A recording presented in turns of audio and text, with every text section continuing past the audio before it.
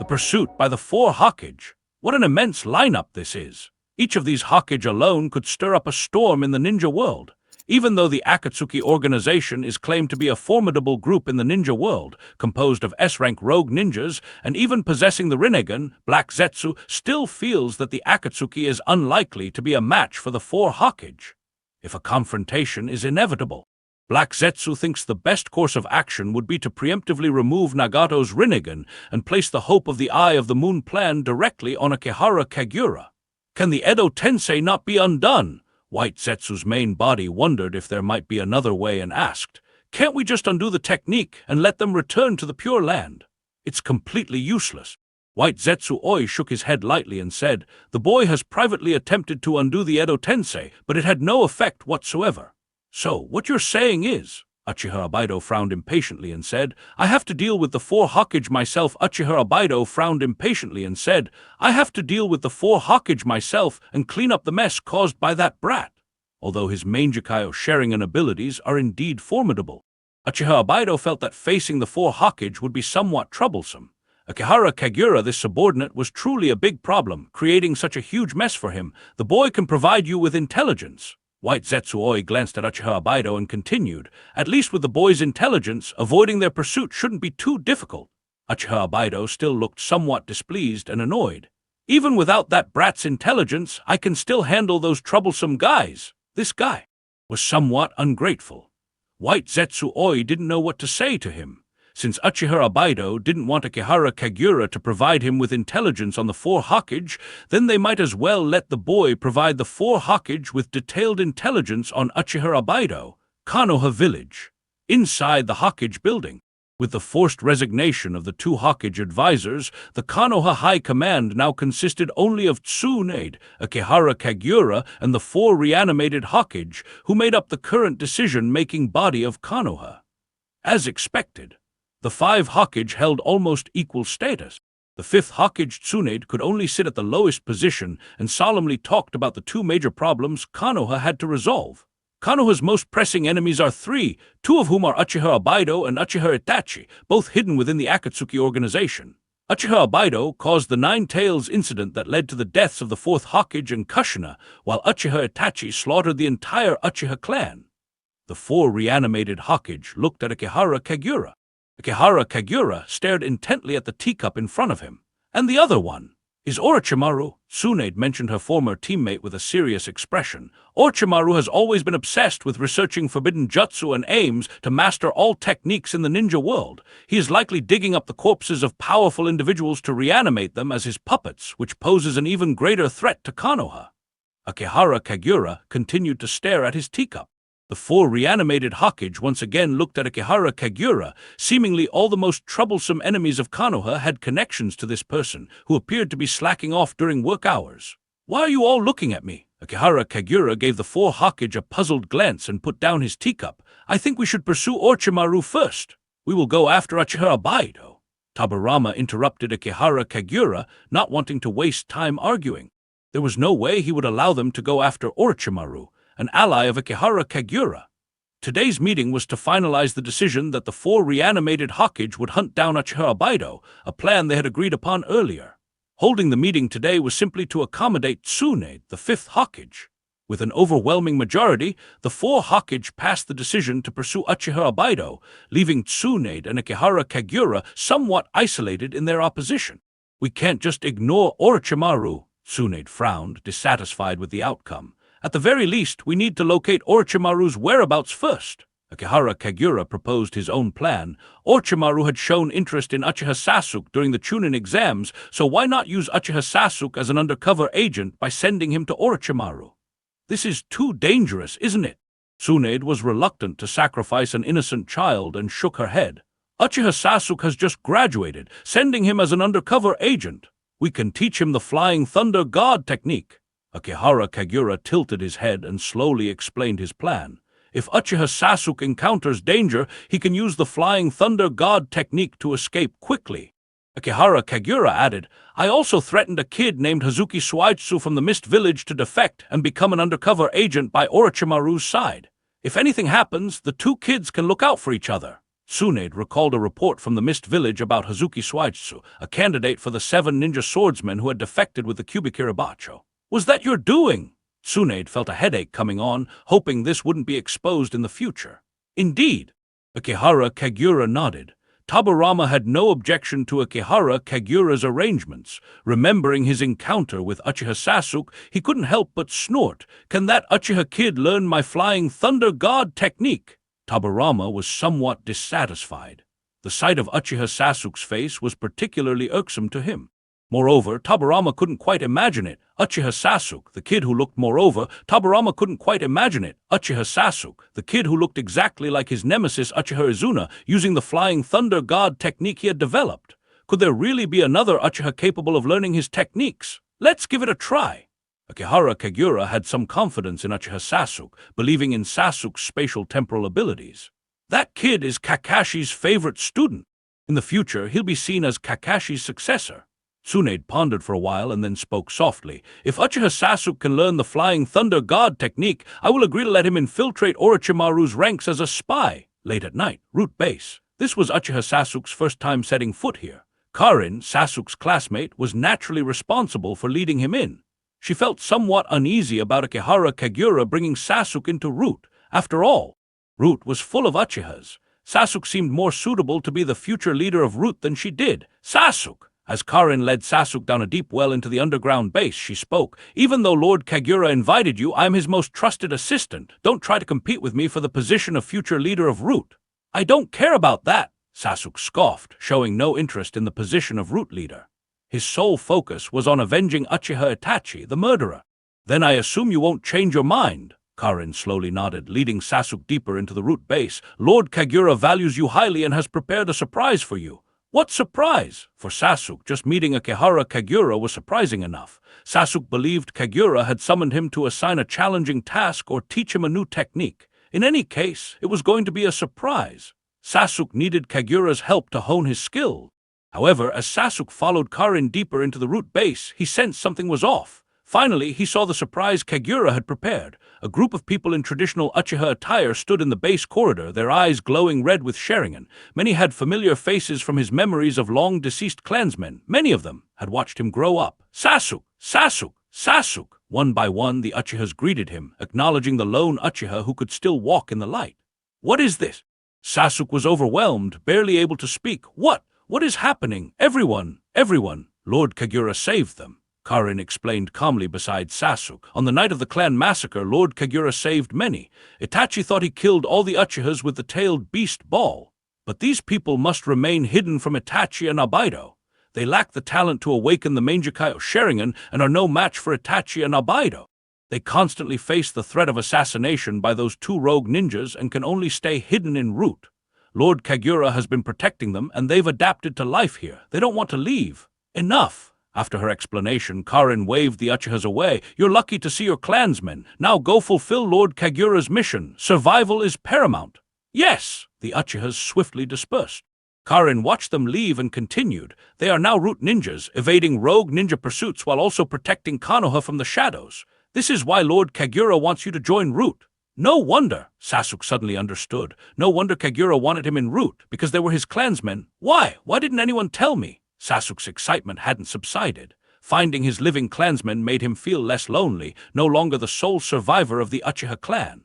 Because Karin looked at Sasuke and continued calmly. Are you sure you wouldn't reveal their whereabouts, drawing Itachi and Abaido's attention? Are you sure you wouldn't keep coming to the Root base? Sasuke took a deep breath. At that moment, a thought emerged. Should he compete with Karin for the future leadership of Root and revive the Uchiha clan? Once this idea formed, it was impossible to ignore. Of course, to compete for Root leadership, he had to first kill Itachi, the demonic man. Only by killing Itachi could they step into the light. Sasuke's eyes turned scarlet with Sharingan, evolving into the 3 Tamo Sharingan.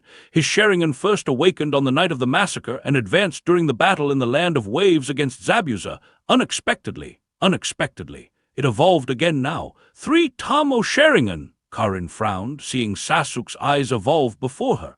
Lord Kagura always believed in your talent, even thinking you could awaken the Mangekyou Sharingan and kill Itachi. I will definitely kill that man. Sasuke's face showed resolute determination. His eyes no longer cold and indifferent but excited. I will kill him, become Root's leader, and lead the Uchiha clan's revival. He immediately forgot his promise to Karin. Though Sasuke only cared about killing Itachi, he hadn't thought about what to do after. This time, he knew what to do after killing Itachi. Karin adjusted her glasses, her voice icy. Didn't you just say you wouldn't compete with me for Root leadership? I didn't mean. Sasuke's expression became awkward. If he hadn't met his clansmen, he wouldn't have wanted to become Root's leader. But now, with his clansmen here and Kagura accepting him, how could Sasuke not have any thoughts? Let's go! Karin led Sasuke deeper into the base, her voice cold. Lord Kagura found a teacher for you. This teacher will teach you a powerful technique. Once you master it, you can start undertaking Root missions. Root base. Uchiha Sasuke saw a group of people. When he saw this group, Sasuke felt an even greater shock than when he had just seen his clansmen. His heart almost leapt out of his chest. These people were actually the past Hokages. Sasuke had never imagined he would see 4 deceased Hokages, those heroes who had sacrificed themselves long ago and were memorialized on the Hokage Rock, appearing here at the Root base. First, second, third Hokage. Sasuke's eyes widened as his gaze landed on the only one he recognized, the third Hokage, Sarutobi Hiruzen. I am here too, Minato smiled as he reached out his hand towards Sasuke. I am Naruto's father. When I was resurrected, I secretly observed you. Thank you for taking care of him during your missions. Naruto's father, the 4th Hokage. Sasuke's pupils dilated in an instant. He recalled his clumsy friend who had been ostracized by the villagers since childhood, known to everyone as an orphan. But never would he have imagined Uzumaki, Naruto's father, was the 4th Hokage of Konoha. The comrade he thought was rejected by the village was actually the son of the village hero, the 4th Hokage. However, weren't these Hokages already? As Sasuke stood in shock and confusion, Karin answered his question. These past Hokages were resurrected using the Edo Tensei technique by Lord Kagura. Lord Kagura was always worried that Orochimaru might resurrect the past Hokages to become enemies of Konoha, so he resurrected them first. The past Hokages responded to Lord Kagura's summons. Even though they are dead, they still wish to protect Konoha tirelessly. The expressions of the 4 Hokages present were somewhat subtle. Karin sure knows how to spin a tale, yet Sasuke actually believed it. Karin extended her hand gently. Now you must learn the Flying Thunder God technique here. Once you master it, Lord Kagura will assign you an S-rank mission. This technique will ensure your safety during missions. Is the 4th Hokage going to be my future teacher? Is the 4th Hokage going to be my future teacher? Sasuke felt a peculiar sense of destiny. His Jonin instructor was Hideki Kakashi, who had also learned the unusual Flying Thunder God technique. Kakashi occasionally mentioned the 4th Hokage, Minato, whose signature technique was the Flying Thunder God technique. No! Karin shook her head and indicated to Tobirama beside her. The 2nd Hokage is the creator of the Flying Thunder God technique. He will be your future teacher. Sasuke's face immediately fell. He had met Tobirama before in the Land of Waves, and that encounter had been quite unpleasant. Sasuke did not have a good impression of Tobirama. A naturally evil Uchiha brat. Perhaps you do have the spatial temporal talent to learn the Flying Thunder God technique. Tobirama looked at Sasuke's familiar face and felt a hint of absurdity in fate, as if the spirit of the deceased Uchiha Izuna was haunting him. Tobirama, he really does resemble Izuna. Hashirama, who had not seen Sasuke before, was surprised when he saw him this time. The 1st Hokage found it odd and cautiously glanced at his somewhat displeased brother, Tobirama, knowing the deep-seated grudge between Tobirama and Uchiha Izuna, lifelong mortal enemies since childhood. Who is Izuna? Sasuke couldn't help but frown. Uchiha Izuna. Tobirama did not shy away from his past and said coldly. In the Warring States period, he was an Uchiha I killed. He always boasted about his Sharingan but was slain by my Flying Thunder God technique. Sasuke's face turned even darker. He could clearly feel Tobirama's deep-seated malice towards him, indicating a strained relationship with the 2nd Hokage. Can I change my teacher? Sasuke immediately looked at Karin. Karin gently advised him. The 2nd Hokage is the best person to teach you the Flying Thunder God technique. Lord Kagura does not recommend changing teachers. The 4th Hokage, Minato, was indeed proficient in the Flying Thunder God technique, but that did not mean he was adept at teaching it. He had not successfully taught it to Kakashi after all. Moreover, the 4th Hokage's personality was somewhat erratic. I can also help you learn. Minato, oblivious to his inadequacies as a teacher, patted Sasuke on the shoulder with a smile. This technique is quite simple. I believe you can master it. Sasuke nodded, feeling reassured. First, create a unique Flying Thunder God mark. As Minato began teaching Sasuke, he first instructed him on aesthetics, even demonstrating with his kunai, "I can help you name your flying thunder god mark. This way you can feel the connection between you and the mark." Fourth, do not mislead the student. Tobirama glanced at Minato, feeling that this erratic fourth Hokage was misleading the student, which he found intolerable. The flying thunder god mark is just a symbol. The important thing is to find a spatial temporal coordinate. Tobirama looked at the thoughtful Sasuke and scolded, "Evil Uchiha brat, what are you standing there for? Follow me and learn how to find your own spatial temporal coordinate." "I understand." Sasuke gritted his teeth, feeling a bit overwhelmed. A night passed. In the end, Sasuke acknowledged Tobirama's teaching skills. Although Uchiha Sasuke felt a bit of a clash with Tobirama compared to Minato, the seemingly trustworthy fourth Hokage, Tobirama's abilities were far superior.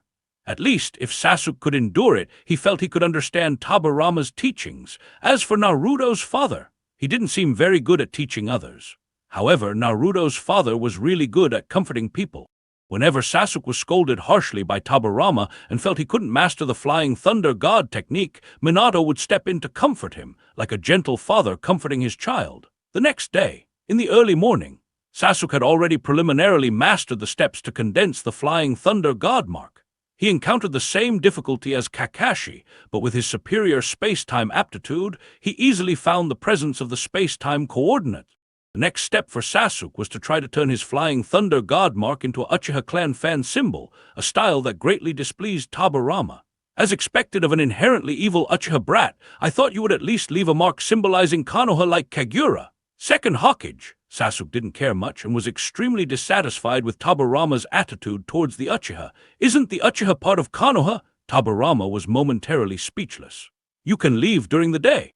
Karin came to check Sasuke's progress, sending him away from the root base, and warned him softly, "The secrets of the root base must not be leaked at all." "I understand." Sasuke was very clear about the need for secrecy. Whether it was the 4 deceased Hokages at the root base or the surviving Uchiha clan members, these secrets must never be known to outsiders and must be kept in his heart. However, this was truly a torment.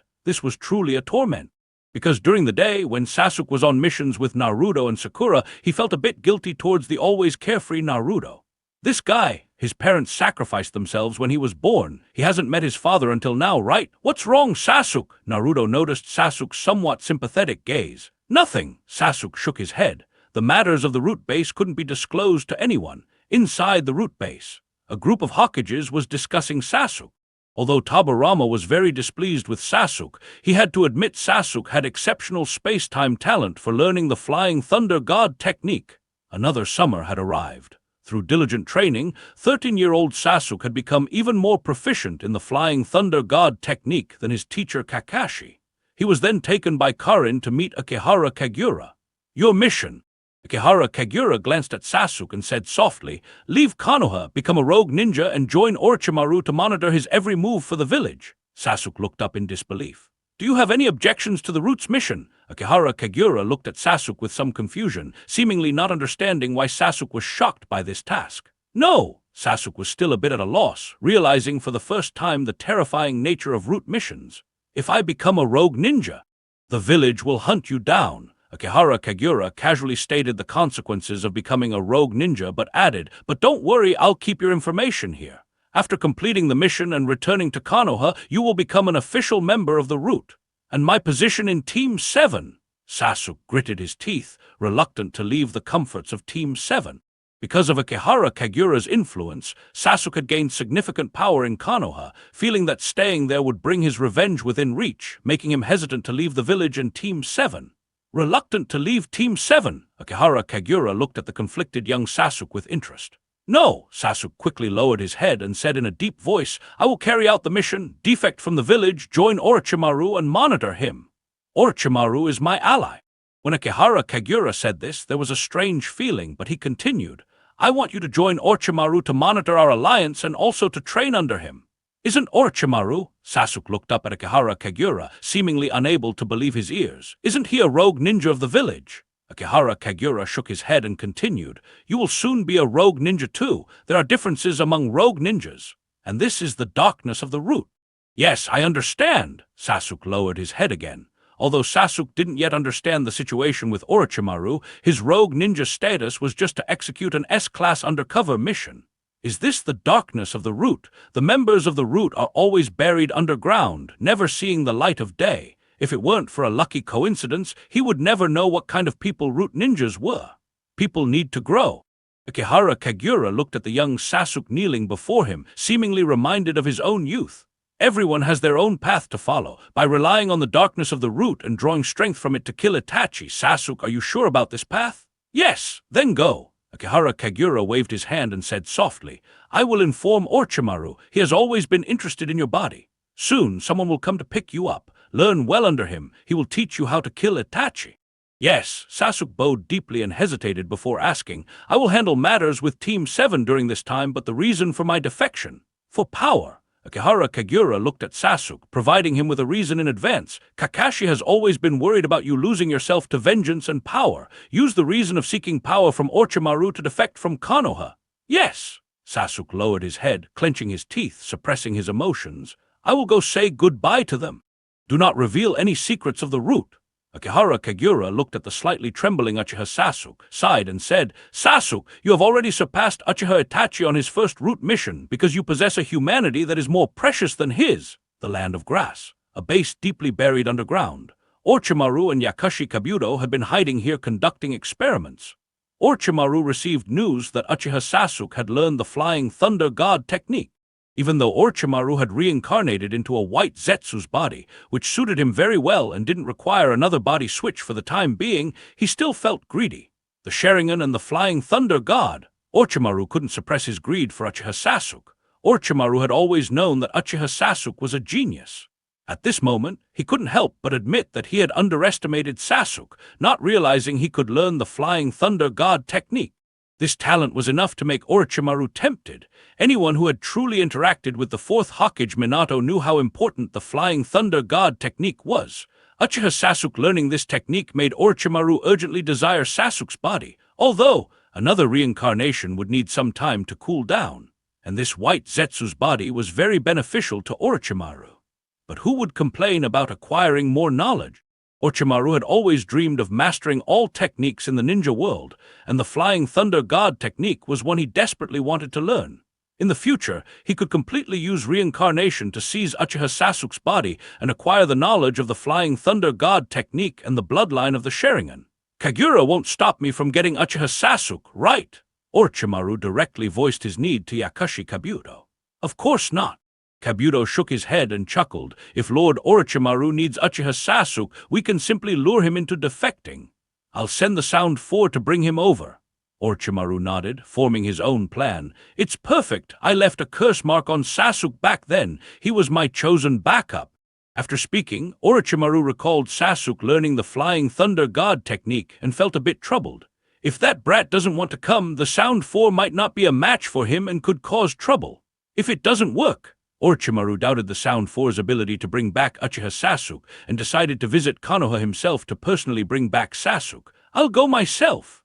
The Sound Four's mouths were a bit foul. Orochimaru didn't believe his subordinates could successfully lure Uchiha Sasuke to defect. Only he could do it. That's perfect. Kabuto immediately planned to capitalize on the situation, chuckling. How about I inform Kagura while Lord Orochimaru is away? Kagura can lead the Root Ninja to attack the Sound Village, providing an explanation to Konoha and preventing Kagura from having to hunt you while you infiltrate Konoha. After all, theoretically, Lord Orochimaru wouldn't escape Kagura's pursuit. Agreed. Orochimaru licked his lips with his tongue and smiled. When Kagura leads the Root Ninja to attack the Sound Village, I'll be in Konoha luring Uchiha Sasuke to defect. This way, it won't arouse Konoha's suspicion. This arrangement was indeed beneficial. Kagura's public identity was Konoha's assistant to the Hokage. If Akihara Kagura were in Konoha, it would inevitably cause trouble for Orochimaru. They were allies with ulterior motives, and Orochimaru was worried Kagura might turn against him. By the way, there's one more piece of information. Kabuto looked at Orochimaru, smiling as he provided another piece of information. Kagura's teacher Jiraiya is still in Konoha, so Lord Orochimaru should be a bit more careful. A minor issue. Orochimaru recalled the scene where Uzumaki Naruto summons Gamabunta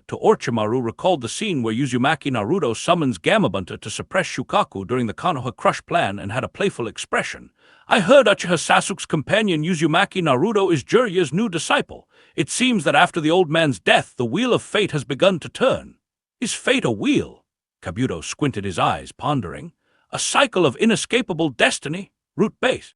Akihara Kagura was very supportive of Yakushi Kabuto's plan. Another high-level meeting was held in the Hokage's office, where the 4 previous Hokage began to head to the Land of Rain to track Uchiha Obaido, while Akihara Kagura led a team to hunt down Orochimaru. This time, Konoha seemed determined to eliminate their enemies. Since the dispatched members were all from Root, it seemed as if nothing had changed in Konoha. Many people were unaware of the major operation. Ninjas in the village were unaware and continued to diligently execute their missions, occasionally visiting the training grounds to practice hard. In Konoha village, the atmosphere of Team 7 became increasingly strange. Uchiha Sasuke's temper grew more and more volatile. Uzumaki Naruto and Haruno Sakura continued trying to correct his mindset, while Hadate Kakashi felt troubled by this revenge-obsessed student but was helpless.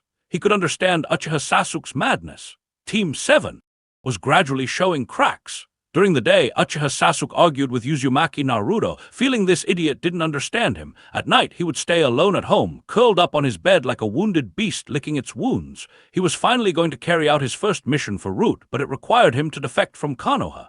This period with Team 7 would be the only warmth he could cherish in the future. But he had to leave Team 7.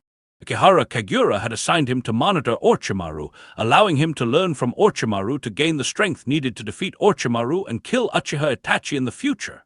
Furthermore, there was a group of Uchiha clansmen en route. He couldn't stay here and waste time. He had a deep blood feud to avenge. Staying in Team 7 would only be a waste of time. Outside Konoha village, Akihara Kagura had just left with the Root ninjas. Orochimaru arrived in Konoha with the Sound 4. To test Sasuke's strength, Orochimaru waved his hand, signaling his subordinates to infiltrate Konoha. I left the cursed seal of heaven on him. I want to see how much that kid has grown. If he's not strong enough, just bring him out. Yes! The Sound 4 immediately infiltrated Konoha village.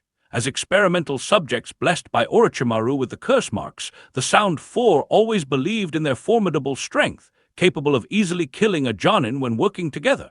This time, the Sound 4 met their match.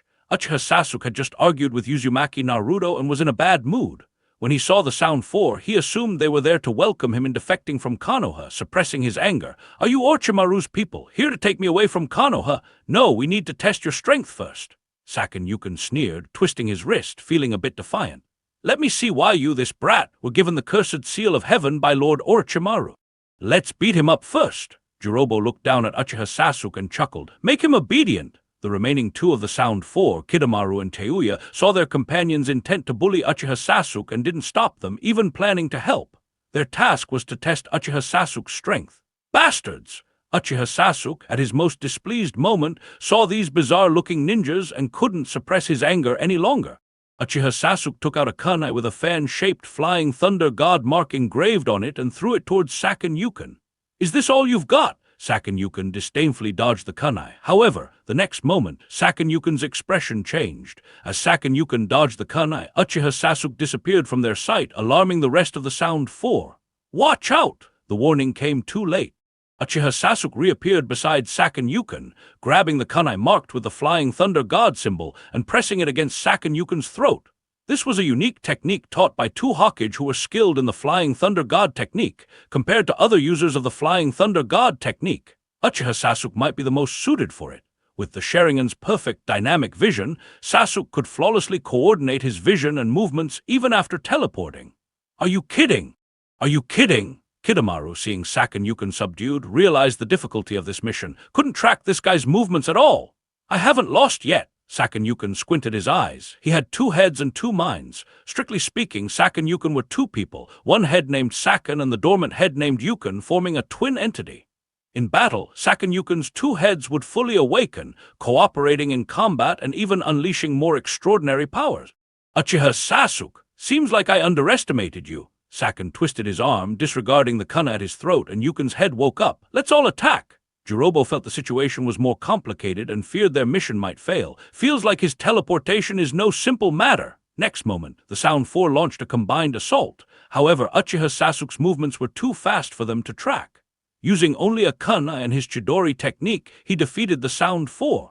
If taken seriously, Uchiha Sasuke's combat ability now surpassed that of a 12-year-old Hadate Kakashi. He could perfectly combine Chidori with the Flying Thunder God technique. Is this all Orochimaru's men can do? Uchiha Sasuke looked at the defeated Sound Four, each with a severe wound, staring in terror at him. Because they are the weakest batch. A long snake slithered up a tree, opening its mouth to reveal Orochimaru. Orochimaru! Uchiha Sasuke's pupils contracted instantly. The tension was quickly suppressed as Sasuke had been preparing to defect. He didn't expect Orochimaru himself to come to lure him away. Sasuke, you've become more exceptional. Orochimaru had been watching everything. Seeing Uchiha Sasuke using the Flying Thunder God technique to defeat the Sound Four, his greed and desire were almost uncontrollable. It's not that they are weak, but you've become stronger. Indeed, it was the Flying Thunder God technique. Even if Uchiha Sasuke used Chidori, it wouldn't pose much threat to the Sound Four. However, once Sasuke combined it with the Flying Thunder God technique, it elevated his combat power significantly, making him a challenge even for Orochimaru. Sasuke! Orochimaru raised a finger, smiling as he asked, now that you've grown wings capable of flying, don't you think it's time to explore a broader world? What can you teach me? Uchiha Sasuke frowned, showing disdain for Orochimaru. If it wasn't for completing Akihara Kagura's mission and using Orochimaru to hone his strength, Sasuke wouldn't want to associate with Orochimaru. Everything! Orochimaru grinned. Then show me! Uchiha Sasuke stared intently at Orochimaru, his Chidori crackling again. After defeating the Sound Four, he wanted to test his strength against Orochimaru. If he could defeat Orochimaru now, he might take the opportunity of defecting from Konoha to seek revenge on Uchiha Itachi. How naive! Orochimaru smiled, appreciating Sasuke's desire to fight. The Flying Thunder God technique may change your fighting style, but it doesn't alter the substantial power gap. Evening, Ikaraku Ramen Shop. Uzumaki Naruto was complaining to Jiraiya about his friend Uchiha Sasuke's increasingly strange behavior, their arguments becoming more intense. Jiraiya listened to his disciple, nodding with a smile. He had experienced this phase himself, quarreling with his teammates daily.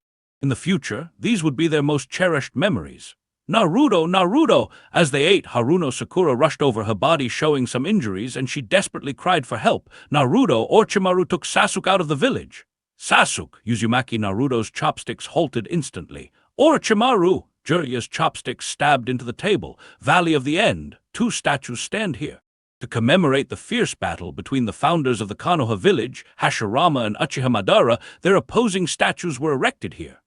Orochimaru and Uchiha Sasuke are resting here. They had to rest and recover their chakra after a battle in order to face the pursuing forces from the Konoha. The Konoha's pursuers, sent to retrieve the rogue ninja Uchiha Sasuke, were only 2 people, Jiraiya and Uzumaki Naruto. Truly cold-hearted.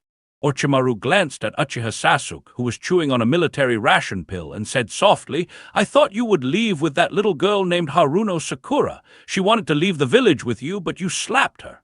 There was no need. Sasuke swallowed the pill to restore his chakra, and coldly replied, a useless waste is of no help to me. Then you should have killed her. Orochimaru suggested another solution. Now that she has reported your defection to Konoha, Jiraiya and his disciple are after us. Killing a useless waste doesn't bring me any satisfaction. Moreover, now I can deal with Naruto. Sasuke glanced indifferently at Orochimaru and said coldly, Orochimaru, if you can't even handle Jiraiya, one of the legendary Sannin, then following you would make me even worse than that loser Naruto. You really are a sharp-tongued brat. Orochimaru squinted his eyes and looked around the Valley of the End. Then let's settle our scores here. The Valley of the End, Sasuke frowned, recalling the legend of this place. Isn't it symbolic? Orochimaru looked at the statue of Uchiha Madara, then at the statue of Hashirama Senju. This is where Uchiha Madara and Hashirama, the founders of the Konoha, severed their bonds. Orochimaru! As Orochimaru was talking, a deep voice interrupted them. Sasuke! A youthful voice called out Sasuke's name loudly. A tall, white-haired man stood with a blonde-haired boy at the waterfall, across the river from Orochimaru and Sasuke. Jiraiya and Uzumaki Naruto had quickly caught up, finally confronting each other again. They came so fast! Orochimaru's lips curled into a scornful smile, ignoring Jiraiya and looking at Sasuke. Sasuke, are you ready? HMPH, just a loser. Sasuke snorted coldly, feigning indifference, and looked at Orochimaru. Orochimaru, I hope you don't disappoint me. HMPH, just a loser. Orochimaru laughed contemptuously. At this moment, fate seemed to be repeating itself. Orochimaru was the top student in the ninja academy, while Jiraiya was the class loser. Uchiha Sasuke was also the top student, while Uzumaki Naruto was the class loser. If you lack chakra, Orochimaru glanced at Sasuke and smiled. You can draw on the curse mark I placed on you. It will provide you with chakra. I understand. Sasuke touched the back of his neck where a black curse mark was placed by Orochimaru. Orochimaru! Jiraiya looked at the familiar figure, his face stern. Killing the Hokage, desecrating the dead, luring village ninjas to defect. This is the path I chose. Orochimaru smiled at Jiraiya and spread his hands, and Sasuke wasn't lured by me. The Konoha simply couldn't provide him with enough power. Sasuke! Naruto looked at Sasuke standing beside Orochimaru, puzzled. Why did you leave the village? Why join Orochimaru? It's none of your business. Sasuke raised his head and narrowed his eyes at Naruto. What I must do you will never understand, nor do I need you to. For revenge, for power, you will never understand, and I don't need your understanding. Sasuke stared at Naruto, his thoughts drifting, seeing their potential futures. That idiot who always dreams of becoming Hokage. He will probably become Hokage, right? A revenge-driven avenger cloaked in darkness. He might only become the leader of the Root Division supporting Hokage. Sasuke had contemplated his future while in the Root Base, but to enjoy this future,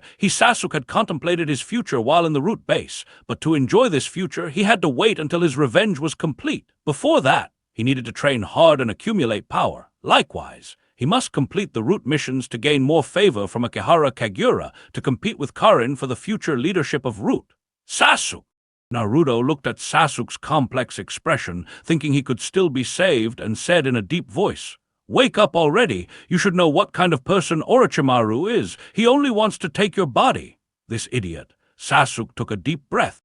Although he had been warned by Akihara Kagura and Karin about Orochimaru's intentions, and even knew when Orochimaru would perform his next living corpse reincarnation, revealing Orochimaru's plans now would make it impossible to coexist with him. Naruto! Sasuke's face showed disdain, as if he didn't care, and coldly said, As long as it gives me power, as long as I can kill Uchiha Itachi, I don't care about anything, even if it costs my life. It's just a body. Sasuke clenched his fist, recalling the tragedy of his clan's massacre, his eyes filled with anger. Since I was 8, I've been a walking corpse. My life is a price for revenge. Sasuke, come back with me. Naruto looked at his companion in pain. Naruto! Sasuke clenched his fist, his knuckles cracking under the pressure, and said coldly, I've said it before, you can't understand me. No matter what happens, as long as I get power, as long as I can take revenge. Orochimaru smiled smugly, as if showing off to Jiraiya. You heard him, Jiraiya. This wasn't my doing. Sasuke chose to leave with me. Is that so? Jiraiya watched the exchange between Naruto and Sasuke, his gaze turning cold and deep. If that's the case, why did you return to Konoha? That child was bewitched by you. If I kill you, you always think it's my fault. Orochimaru didn't care about Jiraiya's accusation, smiling. If you want to kill me, then show me your strength. This time, Tsunade won't be helping you. It was almost a declaration of war. The Valley of the End suddenly became silent as Orochimaru and Jiraiya stared at each other and Sasuke and Naruto faced off. Sasuke! Naruto couldn't hold back any longer. The most impatient of them all rushed towards Orochimaru and Sasuke, sprinting across the river. No matter what you say, I'm bringing you back today. Naruto! Jiraiya couldn't stop his disciple in time, following Naruto across the river, targeting Orochimaru. There was no need for more words. The pursuers and the pursued had already chosen their opponents. Orochimaru and Sasuke charged at their opponents simultaneously, Orochimaru towards Jiraiya and Sasuke towards Naruto. Sasuke! Naruto! Orochimaru! Jiraiya! The four clashed on the lake in the Valley of the End. Fire release! Dragon Flame Bullet! Jiraiya used a fire jutsu as soon as he saw Orochimaru, knowing close combat was pointless against him. Water release! Water wall formation! Orochimaru countered Jiraiya's fire jutsu. On the river, water jutsu had the upper hand over fire jutsu. Compared to the duel of the two Sannin, the fight between Sasuke and Naruto seemed less sophisticated, as the two went at each other with fists and kicks.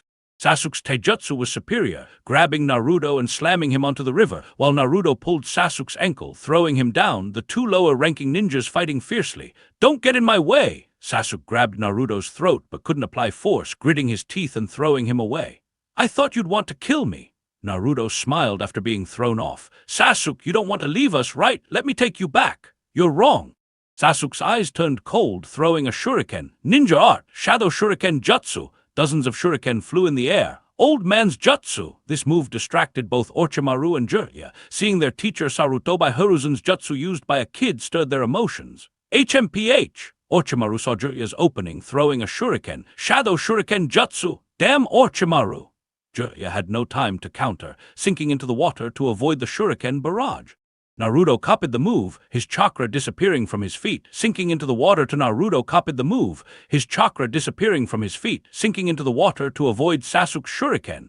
Master and disciple exchanged glances underwater. Though they couldn't speak, both understood each other's thoughts. Jiraiya and Naruto simultaneously swam towards their respective opponents. Sasuke, be careful! Orochimaru warned Sasuke. Fire release, great fireball jutsu! Sasuke leaped into the air, spitting a large fireball towards the water. The flames hit the river, creating steam and raising the water's temperature, forcing Jiraiya and Naruto out. So annoying! Naruto was the first to emerge, immediately forming a hand seal, multi-shadow clone jutsu. With his technique, countless shadow clones appeared on the river, rushing towards Sasuke. Such chakra! It's terrifying. Orochimaru watched Naruto's clones and couldn't help but praise, almost comparable to Akihara Kagura. Do you still have the time to comment? Jiraiya appeared before Orochimaru, dripping wet but resolute. For Naruto's sake, I won't let you go this time. With that, Jiraiya spat out a stream of oil. Using chakra, he condensed the oil, which didn't sink but floated on the water's surface, immune to water jutsu and enhancing fire jutsu. An old trick. Orochimaru shook his head disdainfully. If it were Sage Mode, I might be cautious, but with just this.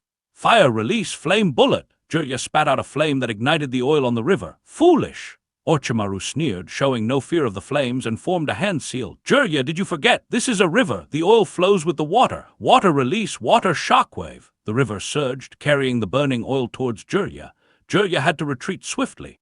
His hard-prepared jutsus were countered by a single C-rank water jutsu from Orochimaru. It was not going well. This bastard. Was he here just to counter him? Snakes will always restrain toads. Orochimaru spoke Jiraiya's thoughts, then looked at the other side of the battle. Just like the Sharingan can control the tailed beasts, even without the Mangekyo Sharingan, Sasuke can still restrain the Nine Tails Jinchuriki. On the other side of the battle, Naruto's shadow clones were obliterated by Sasuke's fire jutsu. Naruto's body was covered by a red chakra cloak, his features becoming more feral, with two large fangs protruding. The Nine Tails! Sasuke closed his eyes, recalling his conversation with the fourth Hokage, Minato, about the red chakra cloak that frequently appeared around Naruto. At that time, Minato had smiled brightly, seemingly placing all his hopes on Sasuke. Sasuke, a Jinchuriki's life is different. All Jinchuriki are discriminated against. Naruto must have been ostracized by the village. Finding a companion like you isn't easy. You idiot! Sasuke reopened his eyes and sighed inwardly. Is that why Naruto doesn't want to see him leave? But it's also why Sasuke chose to accept the Root's mission to defect, intending to compete with Karin for the future leadership of Root after his revenge and remain Naruto's companion. Uchiha Sasuke was able to understand Uzumaki Naruto. A significant part of this understanding came from the teachings of the fourth Hokage, Minato, who was one of Sasuke's teachers and had shared considerable information about the Jinchuriki. Besides this, there were other troublesome aspects. For instance, the fact that the tailed beasts could provide chakra to the Jinchuriki. Idiot! Uchiha Sasuke looked at the figure cloaked in the tailed beast's shroud and felt the difficulty of the situation, as his chakra was nearly exhausted. Before leaving Konoha, Sasuke had first defeated the Sound Four and then fought Orochimaru, depleting most of his chakra at that time. Even though he had slightly recovered his chakra while waiting at the Valley of the End, it wasn't enough to continue the battle. However, Naruto still had chakra within him. Are you running out of chakra? Orochimaru seemed to notice Sasuke's predicament and laughed softly. At this moment, you could activate the curse mark I gave you and try out the new power. I understand. Uchiha Sasuke furrowed his brow. Although he could use the chakra from the curse mark, it would trap him in Orochimaru's scheme, something he had been warned about beforehand. However, if he didn't use the curse mark now, it would arouse Orochimaru's suspicion, which would be detrimental to his undercover mission. Forget it. The curse mark would be cleansed eventually anyway. Uchiha Sasuke decided to no longer resist the invasion of the curse mark, activating its power. The chakra from the curse mark quickly spread over his body, burning his skin like fire, even altering his appearance. Regarding the power of the curse mark, Uchiha Sasuke had also obtained some secret information. Because nearly all the ninjas in the Root Division had curse marks, though theirs were bestowed by Akihara Kagura, the members of the Root would occasionally mention training using the curse mark. Ah! Uchiha Sasuke couldn't suppress his pain, feeling something drilling out from within his body as the curse mark began to transform his appearance. A fleshy claw emerged from his back, standing like a wing with a fleshy armor covering his face. The second state of the curse mark. Orochimaru looked at Uchiha Sasuke in astonishment, then smiled slightly. Truly an unparalleled genius. Sasuke, Rasengan! Naruto, cloaked in the crimson-tailed beast shroud, also had a purple Rasengan in his hand, different from his usual one. Chidori! Sasuke's palm was engulfed in a chirping silver light, different from his usual Chidori form as well. Sasuke's eyes were fixed on Naruto, struggling to resist the curse mark's assault on his will, finding it to be a form of training. For both him and for Naruto, this battle was a form of training. Naruto! In his curse mark form, Sasuke looked at the beast like Naruto, holding the Chidori in his hand, and coldly said, "Go back and train properly. You still have a long way to go. I will definitely bring you back." In his one-tailed form, Naruto charged at Sasuke with the Rasengan in his hand. "Even if it means dying, I will definitely bring you back." "Idiot!" Sasuke cursed, raising his Chidori to meet the attack. He didn't care how much damage his opponent would take. He knew this guy's regenerative ability. "Sasuke! Naruto!" Naruto's face still bore a stubborn expression. Sasuke's face showed hesitation. The two drastically transformed youths raised their most powerful techniques and charged at each other. "Rasengan!" Jiraiya raised his palm, and a Rasengan formed in his hand as he looked at Orochimaru across from him, seemingly inviting a fight. Orochimaru's expression turned peculiar. Regarding the battle among the legendary Sannin of Konoha, Jiraiya's Rasengan can only serve as a minor technique in combat. How could it be the decisive factor in determining the outcome? Orochimaru's eyebrows slightly furrowed, seemingly unable to comprehend Jiraiya's action. He raised his fingers, swiftly forming hand signs. "Lightning release! Thunder!" A bolt of lightning struck Jiraiya suddenly. A bolt of lightning struck Jiraiya suddenly. "Ah!" The Rasengan in Jiraiya's hand instantly dissipated, and he shook his arm in pain. "You truly are unscrupulous." "Idiot!" Orochimaru sneered at Jiraiya, mocking his naivety and foolishness. "Do you think we are still 12 or 13-year-old children?" Just as they were speaking, the battle on the other side had already reached a conclusion. The techniques of Uzumaki Naruto and Uchiha Sasuke collided, immediately causing a massive explosion. "This is bad!" Both Orochimaru and Jiraiya's expressions changed simultaneously. As the explosion began, the entire Valley of the End started to tremble. At the moment when the Chidori and Rasengan collided, it was as if a black hole had formed, only to explode suddenly. The cliffs of the canyon cracked rapidly, with debris flying and falling incessantly. Even the lake above the Valley of the End began to tilt downward. What's even more troubling is, if they weren't careful, they could be swept away by the torrent from the lake at any moment. "Earth release, earth flow rampart! Earth release, earth flow rampart!" Orochimaru and Jiraiya simultaneously formed the seal. Having fought together countless times, the two of them instinctively completed the hand signs for the same technique, using earth release to block the gap in the cliff. After completing this, both Orochimaru and Jiraiya looked at each other. Jiraiya snorted in dissatisfaction, while there seemed to be a hint of amusement in Orochimaru's eyes. "Jiraiya, even if you don't care about Naruto's safety, I still care about my vessel." "This is bad, Naruto!" Jiraiya recalled the tremor caused by the explosion. In terms of technique power alone, the two youngsters had already reached the combat level of a Jonin. These two youngsters. Could something have gone wrong? Orochimaru and Jiraiya leaped up simultaneously, each catching a teenager. The chakra-exhausted Uchiha Sasuke and Uzumaki Naruto had reverted to their original states. However, Naruto had already fallen unconscious. Uchiha Sasuke seemed to still have some strength left. "Sasuke, you've won!"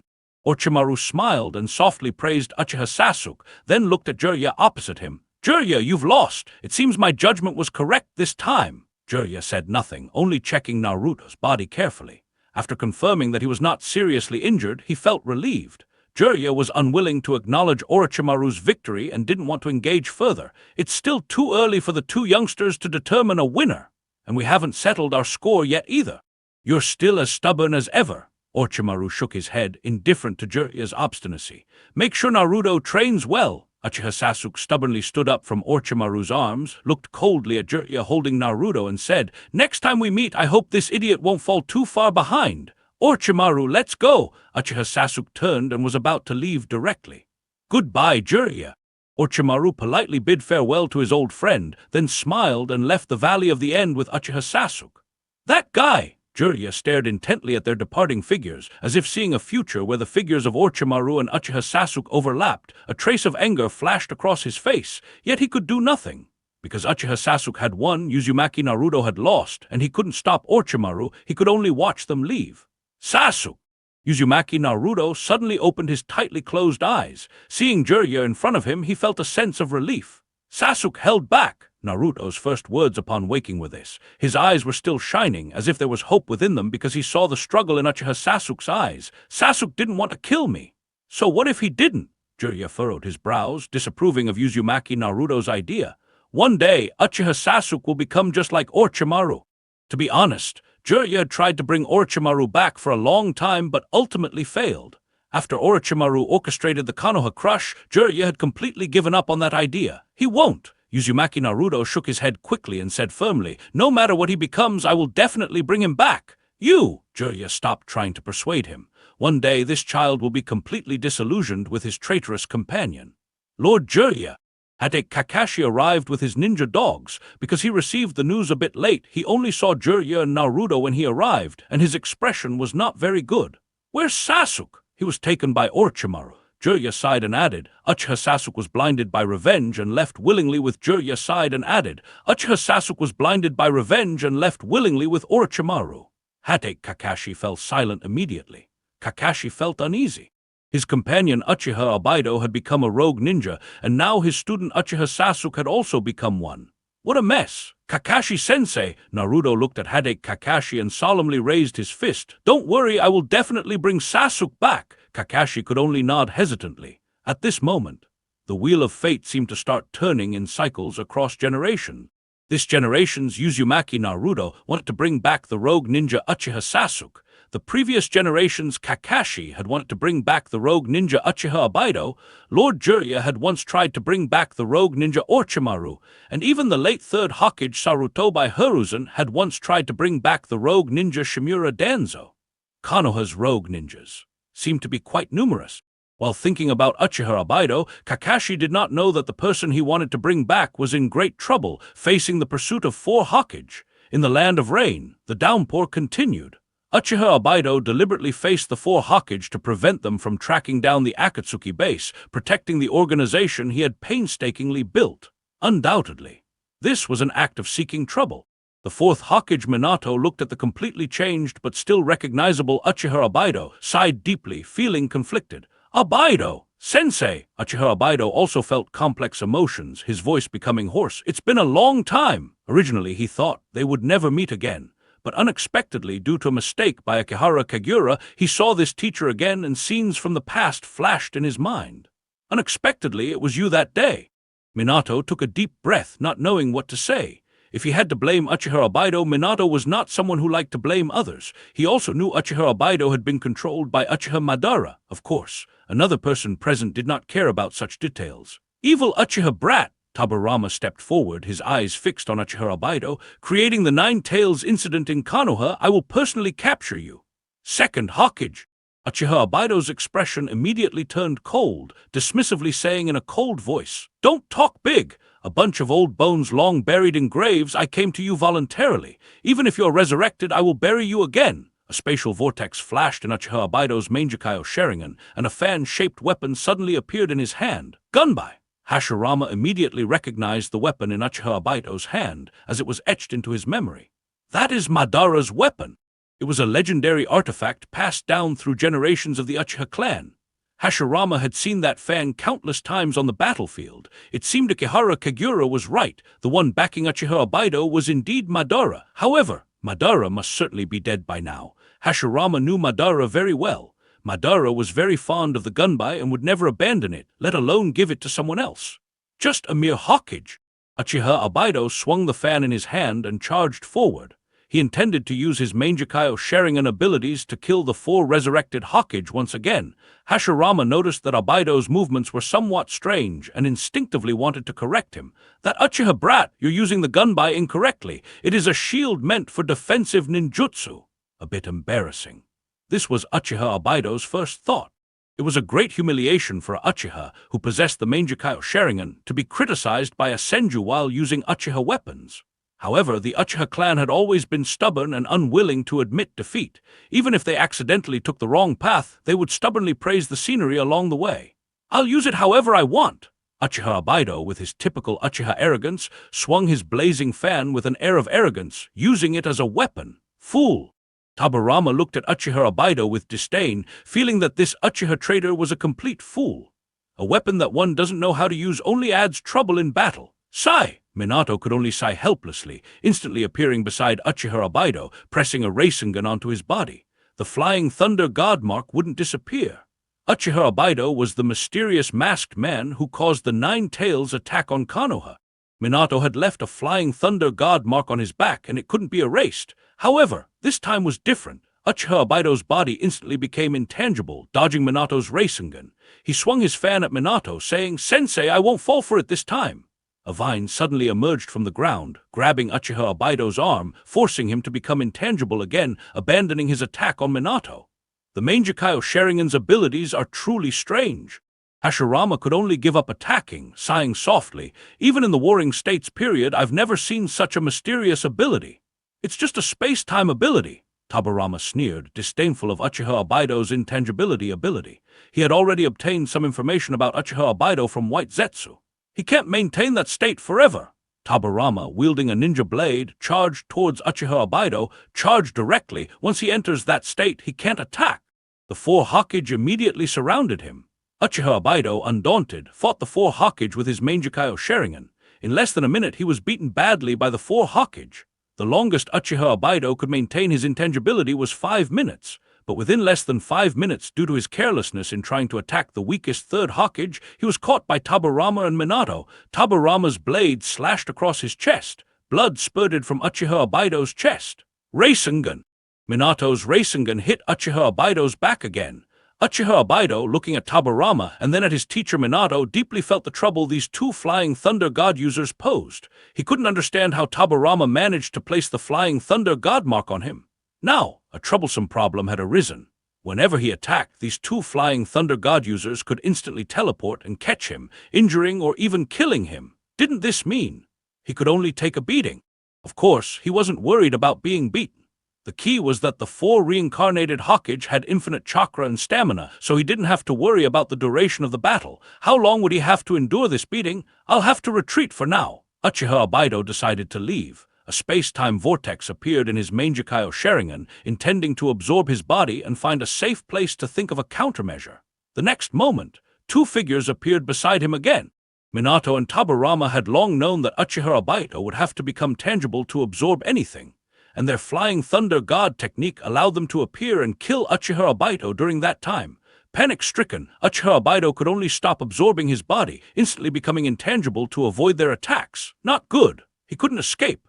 Unless he used Izanagi, the invincible time of Izanagi would allow his body to withstand their attacks and leave.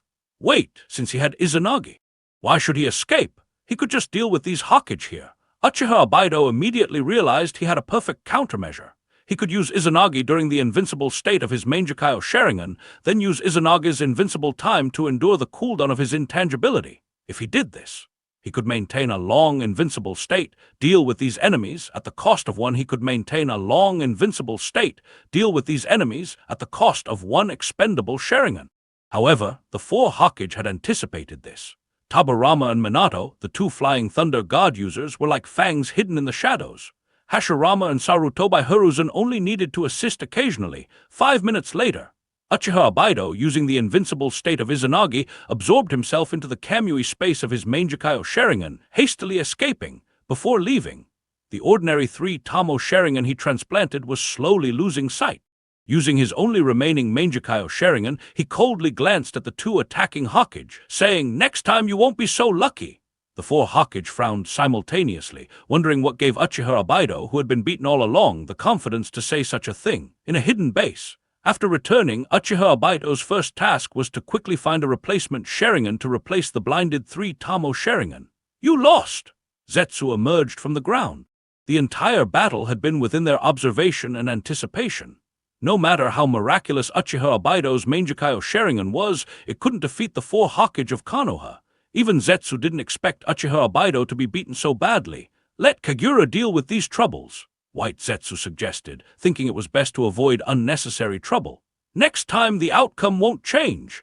Even if Madara is resurrected, he won't gain any advantage with the four Hokage present." "That's right," Black Zetsu agreed with White Zetsu.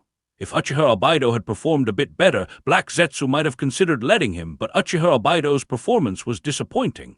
The battle lasted 10 minutes. In those 10 minutes, Uchiha Obaido was beaten for 5 minutes, never launching a proper counterattack. Even the invincible time of Izanagi, which allowed him to attack, was wasted by the 4 Hokage delay. After a moment of silence, Uchiha Obaido gritted his teeth and issued an order. Let Akihara Kagura, that kid, find a way to lure them away. Fortunately, White Zetsu sighed in relief, even a bit thankful. Fortunately, we planted Kagura in Konoha as a spy in advance, or our plan might have been ruined. But there's also a problem. White Zetsu looked at Uchiha Obaido, raising another issue. Oi told me that no one in Konoha can obstruct the 4 Hokage decision. Even if Kagura can delay, it will only be for a while, not long.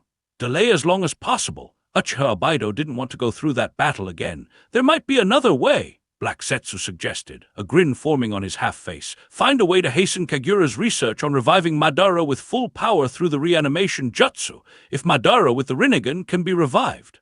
If Uchiha Madara and Uchiha Obaido teamed up, it wouldn't be impossible to defeat them. Victory was achievable since the only truly noteworthy opponent among the 4 Hokage was the first Hokage Hashirama. The others were just support. Even though Uchiha Obaido couldn't deal with those supports in Konoha village. Akihara Kagura, sitting in the root base, received the information from White Zetsu Oi and Uchiha Obaido's mission. System prompt. New task, Uchiha Obaido. Lure the 4 Hokage away to prevent them from continuing to chase Uchiha Obaido. For Akihara Kagura, this was a trivial matter. This task could even become a repetitive cycle. While Kagura had Oi inform Uchiha Obaido that the mission was complete, he also called the 4 Hokage back for a meeting. After some time, he would have them chase Uchiha Obaido again, trying to use this method to strip all the inherited assets from Uchiha Obaido until Madara could be resurrected. Konoha village calmed down. Uchiha Sasuke's defection didn't have much impact. After all, he was just an ordinary genin in the village, only notable for being the last of the Uchiha clan, not causing much of a stir. However, Team 7 was disbanded. With Uchiha Sasuke defecting to Orochimaru, Jiraiya decided to take Naruto Uzumaki away for training, leaving Haruno Sakura alone in Team 7. The 5th Hokage, Tsunade, took Haruno Sakura as her disciple, scattering all the genin of Team 7, but each became a disciple of the 3 legendary Sannin. Within 2 to 3 years, life in Konoha suddenly calmed down. However, the ninja world became more turbulent. Uchiha Obaido was frequently pursued by the 4 Hokage, forcing him to escape to avoid implicating the Akatsuki's plans. During this period, Uchiha Obaido lost hundreds of Sharingan to evade the pursuit.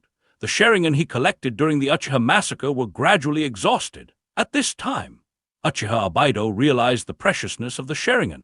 Even his superior asked White Zetsu Oi to inquire if Kagura could send some Sharingan from Konoha's dual bloodline ninjas. Land of Snow. It was covered in ice and snow. Uchiha Obaido wrapped himself in a thick cloak, warming his hands with his breath. He was chased by the 4 Hokage all the way here. Now, Uchiha Obaido was completely different from before.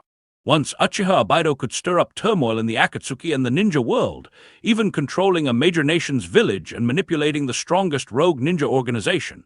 Of course, in a certain sense, Uchiha Obaido could still influence the Akatsuki and even Konoha through Kagura. However, his image was quite different. At this time, the only clean thing on Uchiha Obaido was his newly bought cloak. His clothes were tattered, full of holes from his battles with the 4 Hokage. The 4 Hokage were too strong. Even with his extraordinary space-time dojutsu, his opponents had space-time techniques, infinite chakra, and unimaginable attack power, leaving Uchiha Obaido unable to counterattack, only able to endure being hunted. I only have 11 Sharingan left. Uchiha Obaido cherished his remaining Sharingan, not daring to waste them as each was a life. When will that kid send me more Sharingan? Kagura can't send extra Sharingan.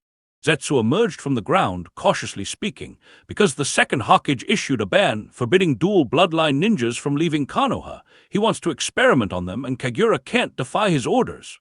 That kid is unreliable. Uchiha Obaido squinted, full of dissatisfaction with Kagura. The last time the Hokage left wasn't even 7 days ago, and they're here again. If I hadn't averted them in time, the Akatsuki would have been destroyed. White Zetsu looked at Uchiha Obaido, speaking softly. Oi said Kagura will find a way to lure the 4 Hokage back to Konoha. Over the years, to help you evade the 4 Hokage, he's repeatedly invited them back, getting scolded more and more by the 2nd Hokage Tabarama. That's the trouble he caused. Uchiha Abaido recalled the mess caused by Kagura's reckless use of the reanimation jutsu, making him endure years of pursuit. That kid's recklessness brought this trouble, and I have to clean it up. Forget it, Abaido, White Zetsu continued to comfort Uchiha Abaido. Once the Akatsuki starts collecting tailed beasts to revive the 10 tails, everything will get better. They're here. 4 figures emerged from the wind and snow. When Uchiha Abaido saw them, his first instinct was to use Kamui to teleport away immediately. However, 2 figures instantly appeared by his side. Again with this technique. Uchiha Abaido deeply resented the flying thunder god mark on his body, but he had no means to remove it, so he could only enter a phasing state to avoid them. Izanagi! Uchiha Abaido did not expect to be able to defeat them. Over the past few years, he had tried countless methods and even utilized the yin-yang black rods left by Uchiha Madara. Although the black rods were somewhat effective against the reincarnated ones, they were not enough to deal with 4 Hokages. Staying here any longer would be pointless. Remaining here would only result in a beating. Uchiha Abaido quickly formed the hand signs for Izanagi, and during the invincible period of Izanagi, used his Mangekyou Sharingan to transfer himself into the time-space dimension. Of course, this was quite troublesome. Because Uchiha Abaido still had to appear from time to time. If he disappeared from the ninja world entirely, these 4 Hokages, who had long been buried, would go to the Land of Rain to investigate the Akatsuki organization. He escaped again. Tabarama expressionlessly put away his kunai. Let's go! Minato didn't seem surprised either. These Hokages had long been accustomed to chasing Uchiha Abaido, leaving the area to wait for the next time they sensed his whereabouts. The Hokage's pursuit of Uchiha Abaido relied entirely on White Zetsuoi's speed. The faster White Zetsuoi could relay messages between them, the shorter the cycle of Uchiha Abaido being hunted and escaping. Root Base. Akihara Kagura was 21 years old. Over the past 2 or 3 years, Akihara Kagura had obtained many things, mastering the inheritance Uchiha Abaido received from Uchiha Madara, as well as wind release and water release techniques from Sand Village and Mist Village. To put it seriously, if the ninjas from Sand Village, Mist Village, or Konoha fought Akihara Kagura, they would find that Kagura could always use the same techniques as them, even more ridiculously than Hatake Kakashi, who had a Sharingan and mastered 1,000 jutsus. Lord Kagura! The sound of high heels approached, and Karin hurriedly reported a message. There's news from Uchiha Sasuke. Orochimaru's lab has made a new breakthrough. Over the past 3 years, Karin had also changed significantly. The girl who had been brought to Konoha had grown into a graceful young woman, always dressed in a tight ninja outfit, holding a clipboard and scrolls, bustling around the root base. What breakthrough? Akihara Kagura casually took the scroll from Karin, and after reading it, frowned. Why is Lord Orochimaru researching puppets? Self-operating puppets? Did he even create artificial intelligence inside them? Is this reliable? Akihara Kagura glanced over it, and then threw the document back to Karin. Seal Lord Orochimaru's new breakthrough in the Forbidden Techniques room of the root base. Wait for the information from Kabuto's channels and issue an order prohibiting Lord Orochimaru from using this breakthrough. Yes, Karin nodded, and would take the scroll to the Forbidden Techniques room later. Over the years, many experimental results had been sent over from Orochimaru's side, most of which had been sealed directly by Akihara Kagura as Forbidden Techniques, prohibiting anyone from accessing them.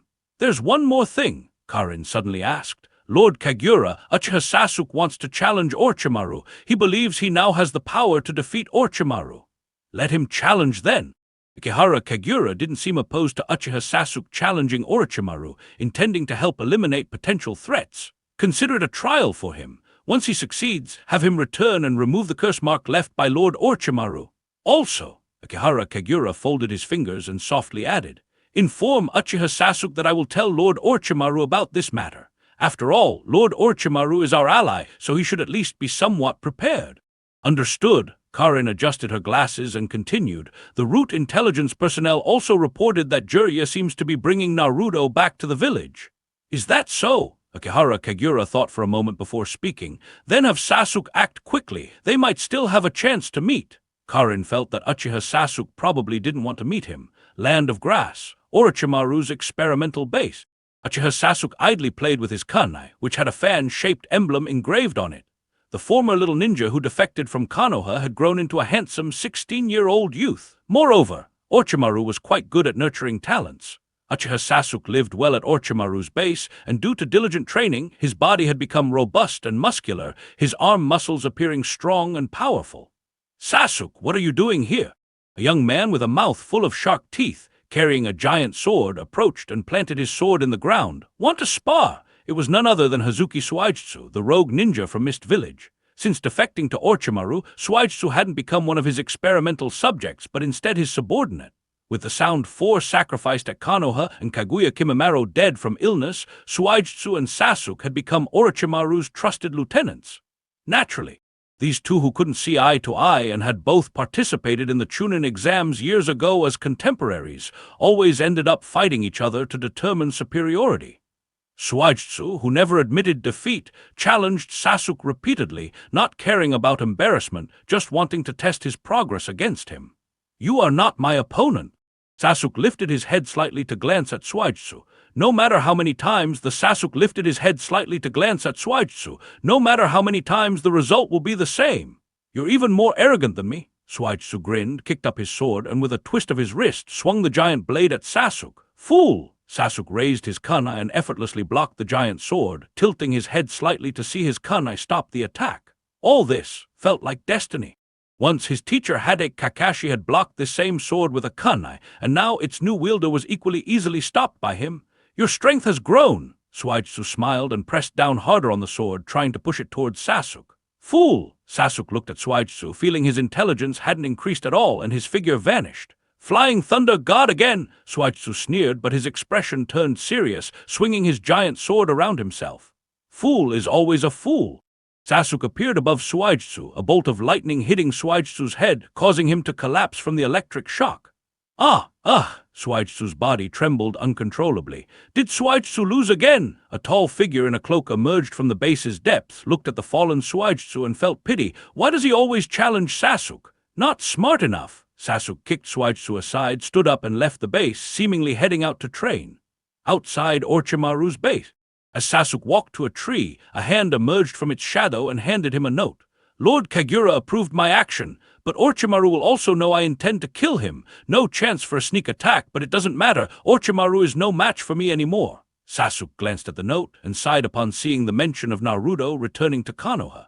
In any case, at least Ikehara Kaguya supported his challenge against Orochimaru. For the past 2 or 3 years, Sasuke had stayed here, training under Orochimaru. No one in the base was his match, and he believed his strength had far surpassed Orochimaru. No wonder Sasuke was confident. With his 3 Tamo Sharingan, Flying Thunder God, and various lightning techniques, along with sword skills and other jutsus he had trained in, defeating any village's Jonin was easy. Sasuke was convinced he could defeat Orochimaru. Late at night, while Orochimaru was still experimenting, Ikehara Kaguya's message would inevitably reach Kabuto first. Kabuto, holding a scroll, approached Orochimaru. "Lord Orochimaru, a message from Kaguya. Your puppet development needs to be sealed." "Sealed again?" Orochimaru frowned, dissatisfied with this method. "Everything I develop gets sealed in the Forbidden Techniques room. Perhaps it's deemed too dangerous for ordinary people." Kabuto casually responded and mentioned the situation in the base. "By the way, Lord Orochimaru, I've observed some odd behavior from Uchiha Sasuke recently. I suspect he plans to assassinate you. Has the Uchiha fledgling finally grown?" Orochimaru laughed, seemingly looking forward to Sasuke's actions, licking his lips. "Just in time, the 3-year term of living corpse reincarnation is up. I need to switch to his body."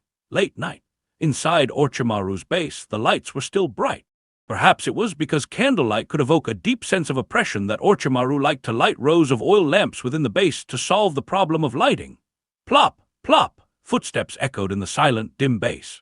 Uchiha Sasuke, dressed in a white robe that revealed his muscular chest, walked step by step into the depths of the base with his hand on the ninja sword at his waist. Along the way, Sasuke encountered a figure he recognized as Yakushi Kabuto, an assistant of Orochimaru. Of course, as a member of Team 7 from Konoha, Sasuke knew Kabuto's identity and his connections with the Konoha orphanage and Ikehara Kaguya. Just as Sasuke and Kabuto were about to pass each other, Kabuto suddenly extended his hand, and a syringe containing a pale yellow liquid flew from his hand towards Sasuke. Sasuke glanced curiously at Kabuto. "Just an antidote." Kabuto adjusted his glasses, hiding his eyes behind the lenses, and lowered his voice. "Don't worry about it. It won't make much difference to you. It just makes your battle a bit quicker, so the noise won't keep me up at night."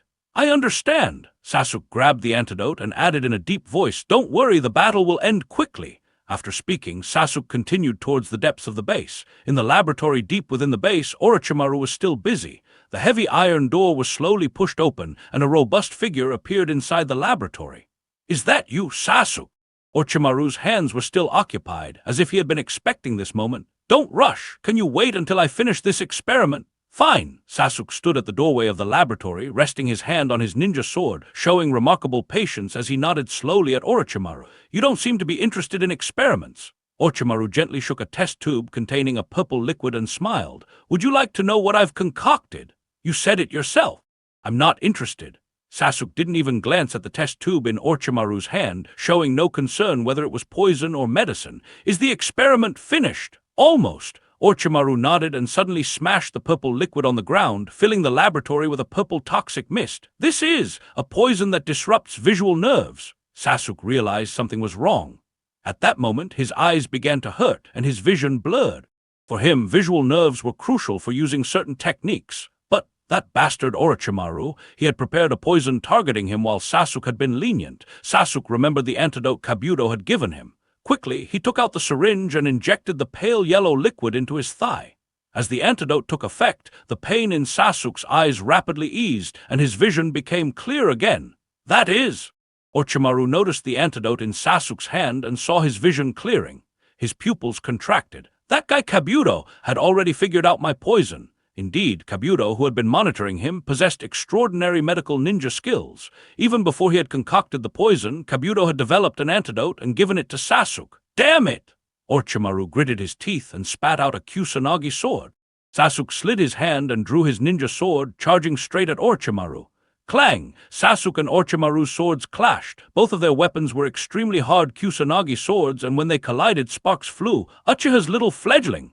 Orochimaru gripped his Kusanagi sword, staring intently at Sasuke's eyes. "Your swordsmanship was taught by me. Do you think you can kill me with it?" HMPH. Sasuke was unfazed. Both of them were adept at the Kenjutsu style of Orochimaru. Hidden Shadow Snake Hands! Orochimaru raised his hand. Sasuke slashed with his sword, cutting down the heads of countless snakes that flew at him, however, amidst the falling snake corpses.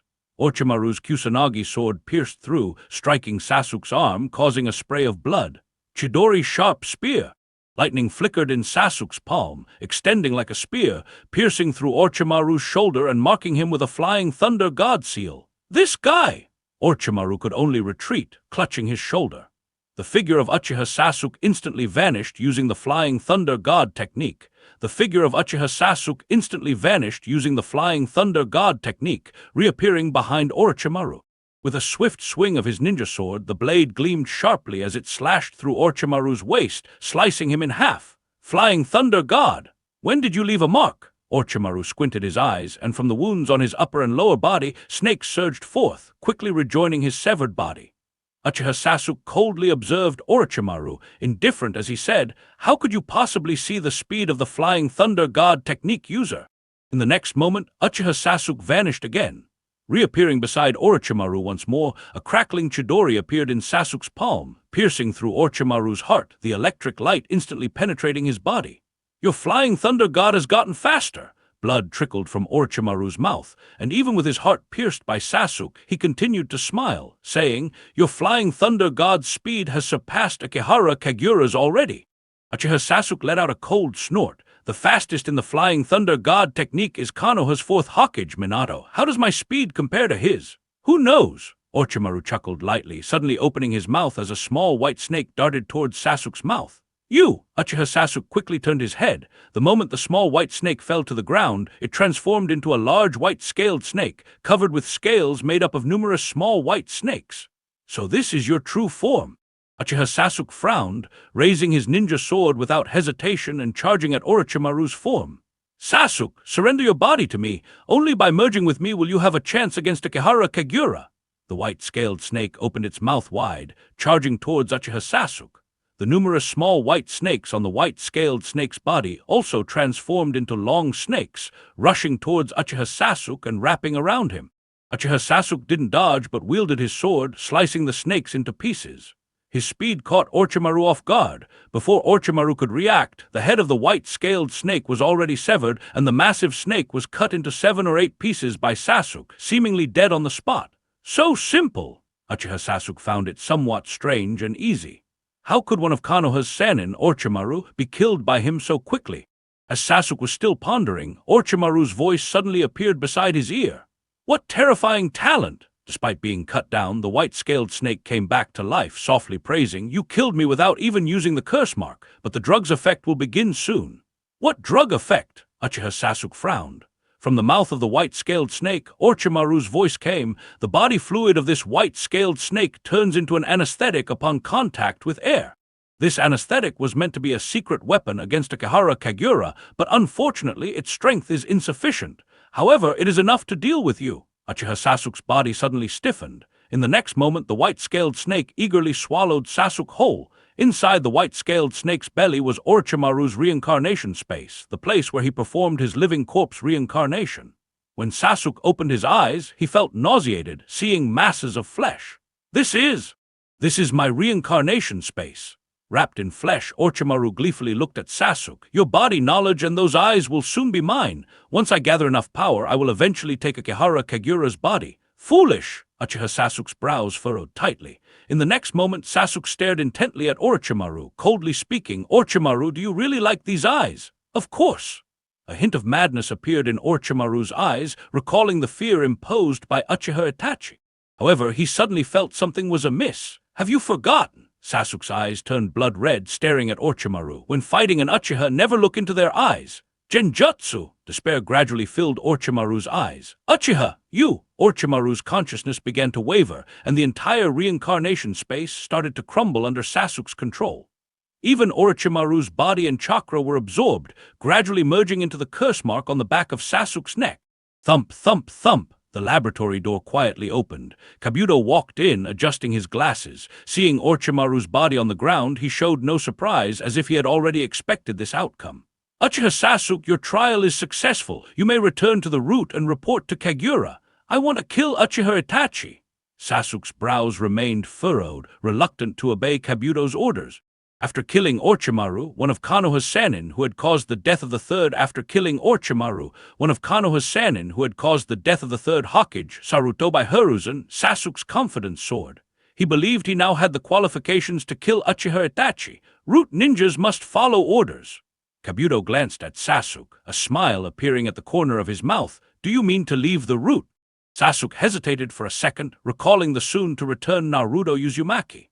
"I'll go see Lord Kagura immediately." Konoha village. 2 figures, weary from a long journey, entered the village. They were none other than Jiraiya and Uzumaki Naruto, returning after years of training. Naruto dropped his bag and climbed up a tall, sturdy utility pole overlooking the scenery of Konoha village. "So nostalgic." Naruto spread his arms wide, reminiscing about the scenery with a fond smile. "The village hasn't changed much." Jiraiya stroked his chin. "Naruto!" A slim young woman, Haruna Sakura, ran over with 3 young genin from Konohamaru's squad. They were Naruto's former followers, now all genin of the village. "Sakura!" Naruto leaped down from the pole, joyfully greeting his old friend. "Long time no see, Sakura!" Sakura gazed at the now-grown Naruto.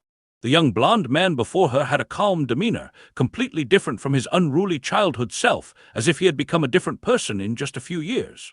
"Naruto ne, sexy jutsu!" Konohamaru proudly used the sexy jutsu taught by Naruto, transforming into a naked, voluptuous woman and blowing a kiss to everyone. "How is it?" Konohamaru boasted. "How is it, Naruto ne? Isn't this sexy and enchanting enough?"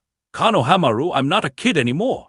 Naruto chuckled softly, advising gently, "You shouldn't use such a low-level jutsu anymore."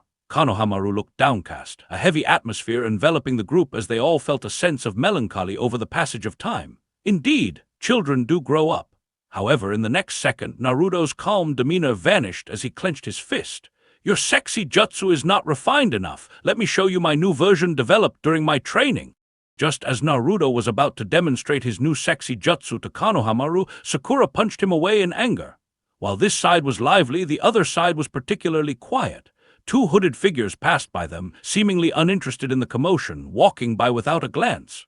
"Huh!" Naruto, with a bloody nose from the punch, curiously looked back as if he had seen a familiar face. "Hey, wait! SHH!" Sakura raised her finger, hastily stopping Naruto from provoking those two. Don't talk! Those two with hooded cloaks and Root's symbol on their backs, they are Root ninjas, don't mess with them. Root! Naruto recalled Root and Ikehara Kagura and asked in surprise, weren't they Kagura's subordinates? Yes. Sakura's expression turned serious. Root is now the most powerful department in the village, even taking over the police force's authority, overseeing all the ninjas in the village, and can arrest anyone at any time without restraint. Jiraiya frowned. Let's go see Lady Tsunade first. Sakura's eyes showed a trace of worry. On the other side, the two hooded figures continued their low-voiced conversation. One of them removed his hood, smiling and asking, Sasuke, how does it feel to see old? One of them removed his hood, smiling and asking, Sasuke, how does it feel to see old friends? HMPH. The other person refused to remove his hood, a smirk forming on his lips as he sneered. That guy, still an idiot as ever. Let's go back to Root. Kabuto smiled, leading Uchiha Sasuke back to Root. They hadn't needed to pass through here, but had decided to after seeing Naruto and Jiraiya return to the village. Meanwhile, inside Root's base, when Ikehara Kagura saw Uchiha Sasuke, he beckoned him to remove his cloak, revealing the curse mark on his neck. All right, you've passed your trial. Let me examine the curse mark left by Orochimaru. Huh! Sasuke curiously looked at Kagura. The curse mark had greatly enhanced his jutsus, and Sasuke hadn't noticed any hidden dangers within it. Dispel curse seal.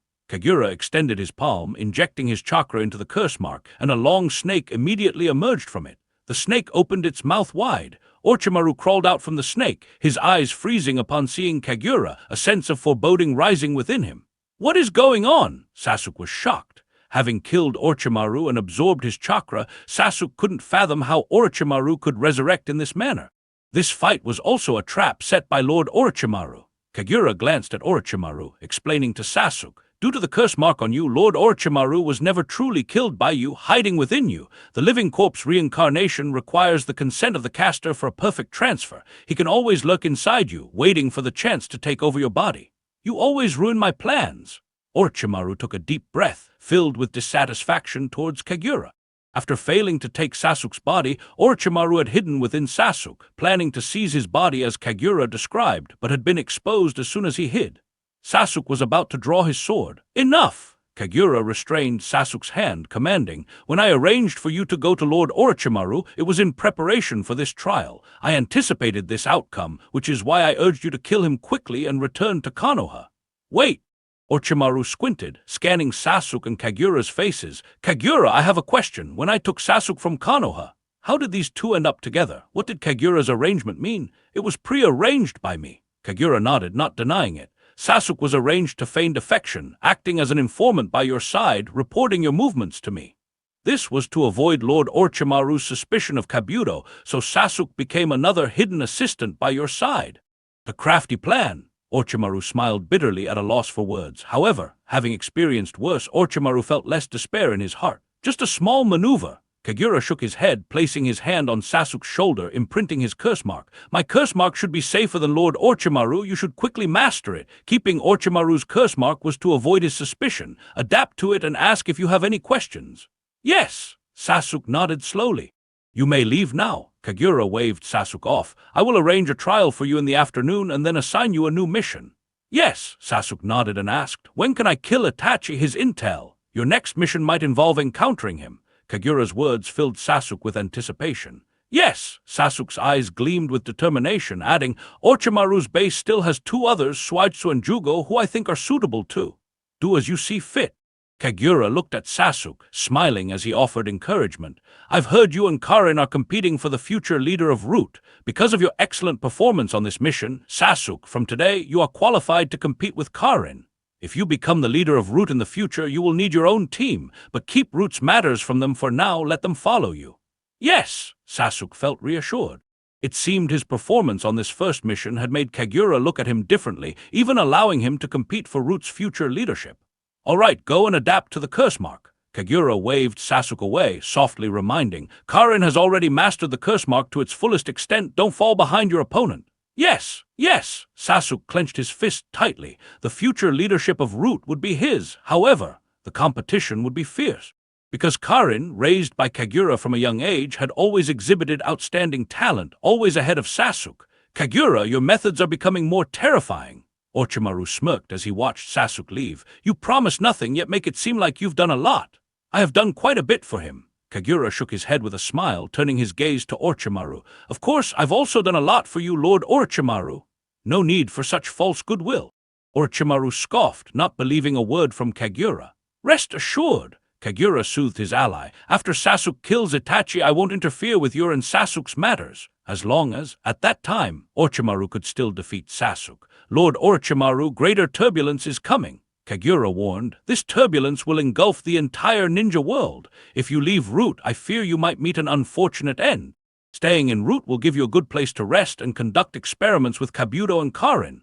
Kagura sighed. The ninja world is abuzz with news of your death by Sasuke. You're already over 50, you raised me, and now it's my turn to take care of you. Orochimaru's eyes flashed with coldness. This bastard taking care of him.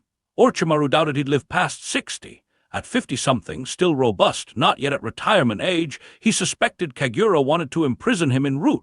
I mean it. Kagura's eyes showed sincerity. I received intel on the Akatsuki. They're about to take action. Akatsuki! Orochimaru became alert, recalling something. Wait, I remember you have ties with Nagato. Kagura nodded, sighing. I have a meeting at the Hokage Tower this afternoon, then I'll leave Konoha tonight to discuss Akatsuki's plans with Nagato. You have quite a few roles. Orochimaru's smile was sarcastic, mocking Kagura's ties with various forces in the ninja world.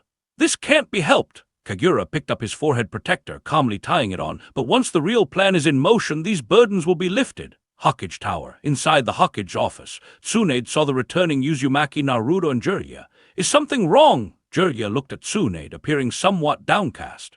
No, it's actually good news. Tsunade glanced at the intelligence on her desk and sighed deeply. Information from Root's operatives indicates that Orochimaru was killed by Uchiha Sasuke. Everyone present widened their eyes in shock, because during the Konoha village collapse plan incident, Orochimaru had murdered the third Hokage, Sarutobi Hiruzen, leaving a seed of fear in the hearts of Konoha's ninjas.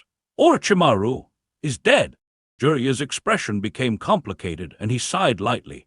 Back when Orochimaru's expression became complicated, and he sighed lightly. Back when Orochimaru took Uchiha Sasuke away, I thought he wanted to seize that kid's body. I didn't expect him to die at that kid's hands. This is, after all, a good thing. Tsunade clasped her hands together, resting her elbows on the desk. Now let's check Naruto's training results. I plan to reassign Naruto and Haruno Sakura back to Team 7. For this, I have specially prepared an opponent for you. Of course. After saying this, Tsunade added, however, Hokage's assistant Akihara Kagura, after hearing my idea, wanted to insert a Root ninja into Team 7, forming a complete unit. I refuse. Uzumaki Naruto waved his fist and rejected this proposal. Because Team 7 always belonged to him, Uchiha Sasuke, and Haruno Sakura, he didn't want anyone else to join and replace Sasuke.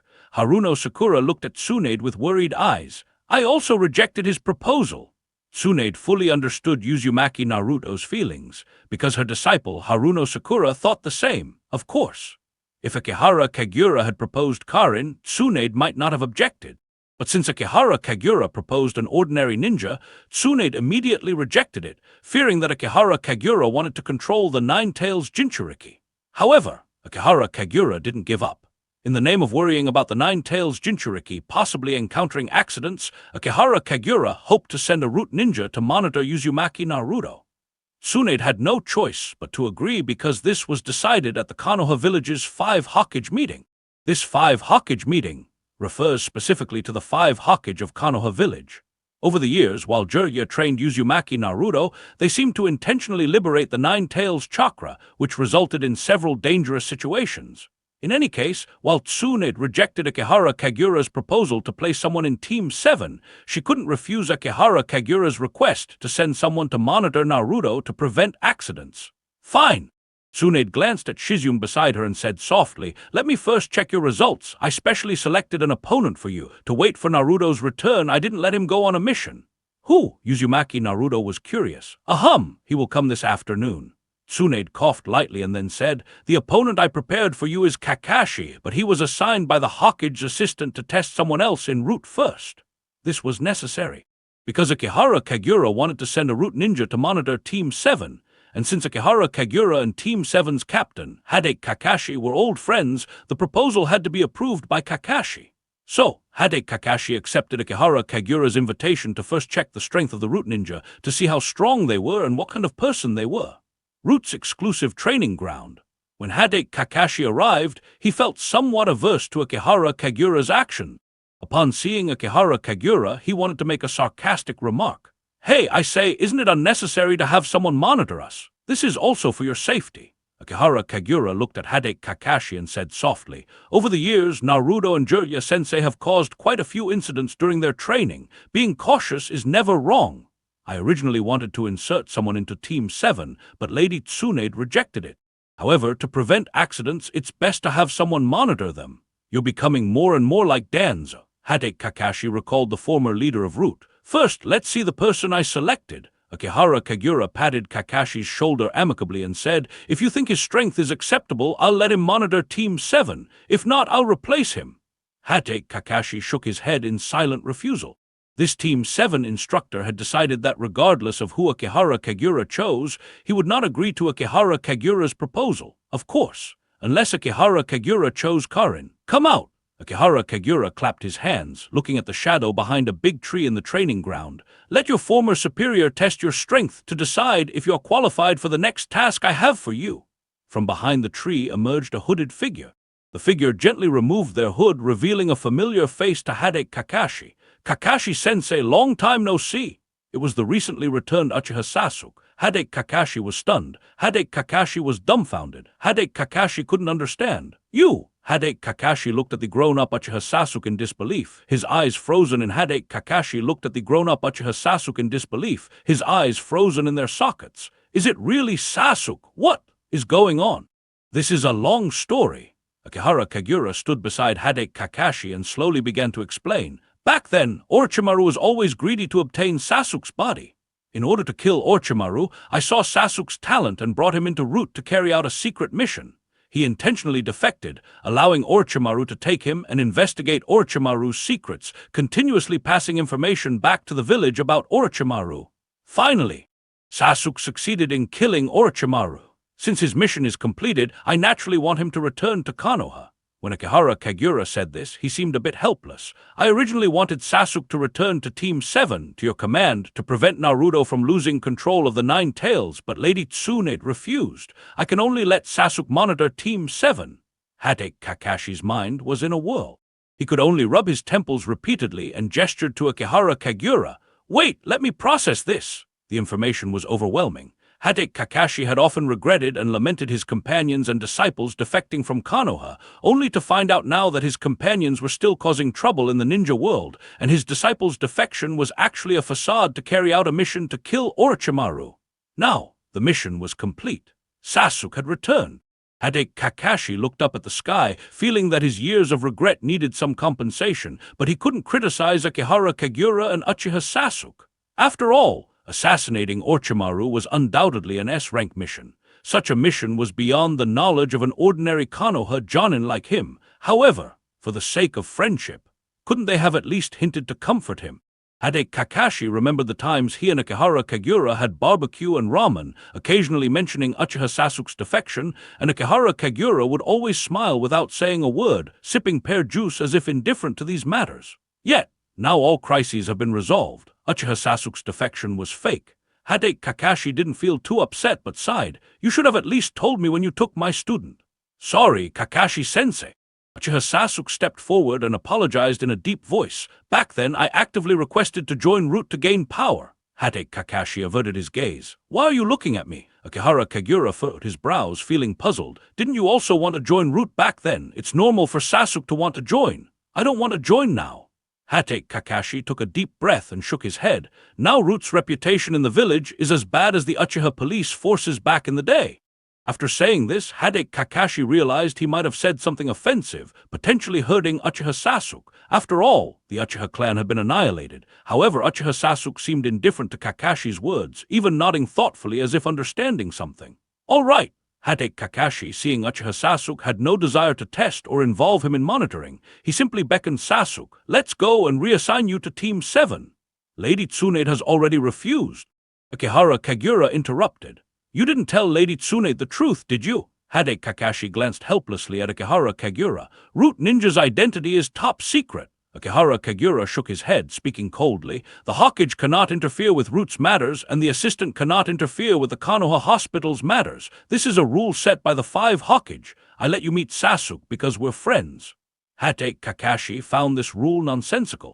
What kind of rule was this? Why was there a different focus between the Hokage and the assistant? Normally, shouldn't the assistant not interfere with Anbu? However, since the 5th Hokage Tsunade was a medical ninja, this seemed somewhat understandable. Kakashi-sensei. Uchiha Sasuke stepped forward and declined Kakashi's proposal. I haven't killed Uchiha Itachi yet. I can't go back now. On one hand, he needed revenge. On the other hand, he needed to compete with Karin for the position of Root Leader. Although Uchiha Sasuke knew he could enjoy a brief warmth in Team 7, he also understood that the position of Root Leader was crucial. To Uchiha Sasuke, the position of Root Leader meant that if Uzumaki Naruto ever become Hokage, they could still fight side by side. More importantly, Root was the base for surviving Uchiha, and revitalizing the clan required him to surpass Karin and become Root Leader. I need to stay in Root.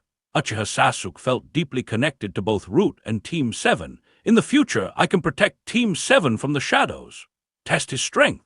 Akihara Kagura patted Hatake Kakashi's shoulder, sighing, I've tried to persuade him, but he insists. Let him stay en route for now. Hatake Kakashi fell silent. This Team 7 instructor thought for a moment, then had no choice but to nod. I agree, but Naruto and Sakura will be disappointed. Kakashi-sensei, don't tell them the truth yet. Uchiha Sasuke shook his head, a sneer on his lips. He was still the proud Uchiha. If Naruto knew, he'd mess up my plans. I'll tell him after I kill Uchiha Itachi. Hatake Kakashi knew Sasuke's thinking was correct. This student was indeed moving towards revenge, but this student didn't seem lost to revenge, as from Sasuke's face Kakashi could see. In Sasuke's heart, there was a place for Team 7. Hatake Kakashi could tell that while Sasuke mocked Naruto, he didn't want Naruto entangled in Root's complexities. Hatake Kakashi's gaze shifted to Akihara Kagura beside him. How had Akihara Kagura taught Sasuke? This young man hadn't forgotten his revenge, nor was he blinded by it. If you don't want to return and wish to protect them from the shadows. Hatake Kakashi raised his hand to Sasuke, saying softly, then let me see the results of your years of training. Uchiha Sasuke removed his cloak and raised his hand to Kakashi, his eyes turning serious. Challenging his teacher was something Uchiha Sasuke had long considered. In the ninja world, there is an unwritten rule. If a ninja wants to walk a path opposite to their teacher, they must challenge and defeat their teacher to prove they are right. Now, Uchiha Sasuke is no exception. At the moment the seal of opposition was formed, Uchiha Sasuke's hand grasped the hilt of the Kusanagi sword, charging directly towards Hatake Kakashi. Uchiha Sasuke gripped the hilt tightly and drew the sword from its sheath, slashing fiercely at Hatake Kakashi. The sharp edge of the Kusanagi sword was threatening. Hatake Kakashi hooked a kunai with his finger, using it to block Uchiha Sasuke's ninja sword, but was forced back by the power of Sasuke's slash. You've really become stronger. Hatake Kakashi marveled at his student's excellence. For revenge, I haven't dared to stop for a moment. Uchiha Sasuke raised his ninja sword, and the Kusanagi sword, like a snake in the grass, continuously aimed at the vital points around Hatake Kakashi. Hatake Kakashi felt the cunning and strange swordsmanship Sasuke was using. He was merely wielding the kunai to block, but was still forced back repeatedly by Sasuke's sharp attacks. However, Hatake Kakashi was not without the ability to counterattack. As Sasuke continued his offensive, feeling a subtle sense of pride in his progress and enjoying his former instructor's shock at his improved strength, Kakashi's figure suddenly leaped. In the next moment, Hatake Kakashi bypassed the sword edge, grabbing Sasuke's wrist with one hand while slashing at Sasuke's forehead with the kunai in the other. Sasuke watched as a lock of hair was cut off his forehead by Kakashi's kunai, using the opportunity to grab Kakashi's wrist with a reverse grip and kick him in the chest, forcing him back. Hatake Kakashi didn't notice. A flying thunder god mark had been placed on his wrist. Sasuke sensed that his mark had been successfully placed and curiously asked, Kakashi-sensei, you're also skilled in swordsmanship. Yes! The kunai in Kakashi's hand spun continuously at his fingertips, and there was even a hint of nostalgia on his face. It's been a long time since I used it. His father, Hatake Sakumo, was also very skilled in swordsmanship. Kakashi had also made a name for himself with swordsmanship, but later he developed more powerful lightning release techniques and gradually stopped using his sword. I see, but this ends now. Sasuke nodded, then formed a seal with his hands, spewing a ball of flames towards Kakashi. Fire release, great fireball technique. Earth release, earth-style wall. Kakashi placed his hand on the ground, summoning a wall with dog carvings that blocked the huge fireball.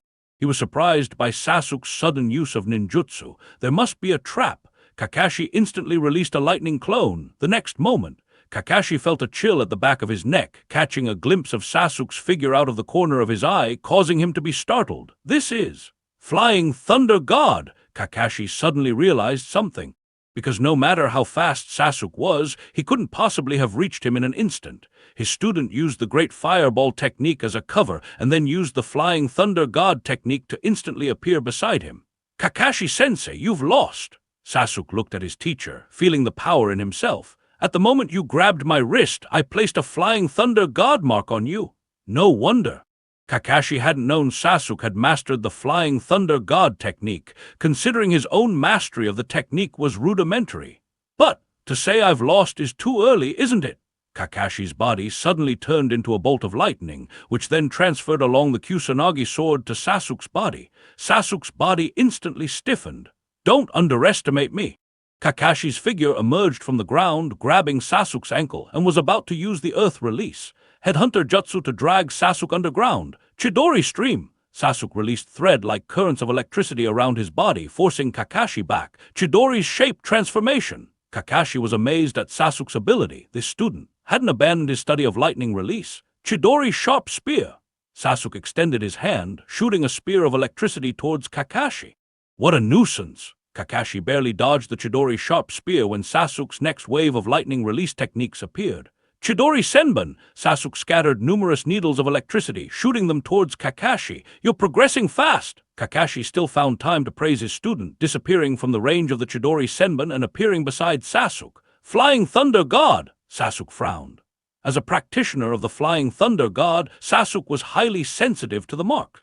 Based on his observations, Kakashi did have the opportunity to leave a mark on him, but his teacher's rudimentary technique shouldn't allow enough time to set it right. Moreover, this teacher's mark wasn't very hidden. Sasuke looked down at his feet, seeing a wide Flying Thunder God mark like a manhole cover. Clearly, Kakashi had secretly set this mark before using the earth release, Headhunter Jutsu.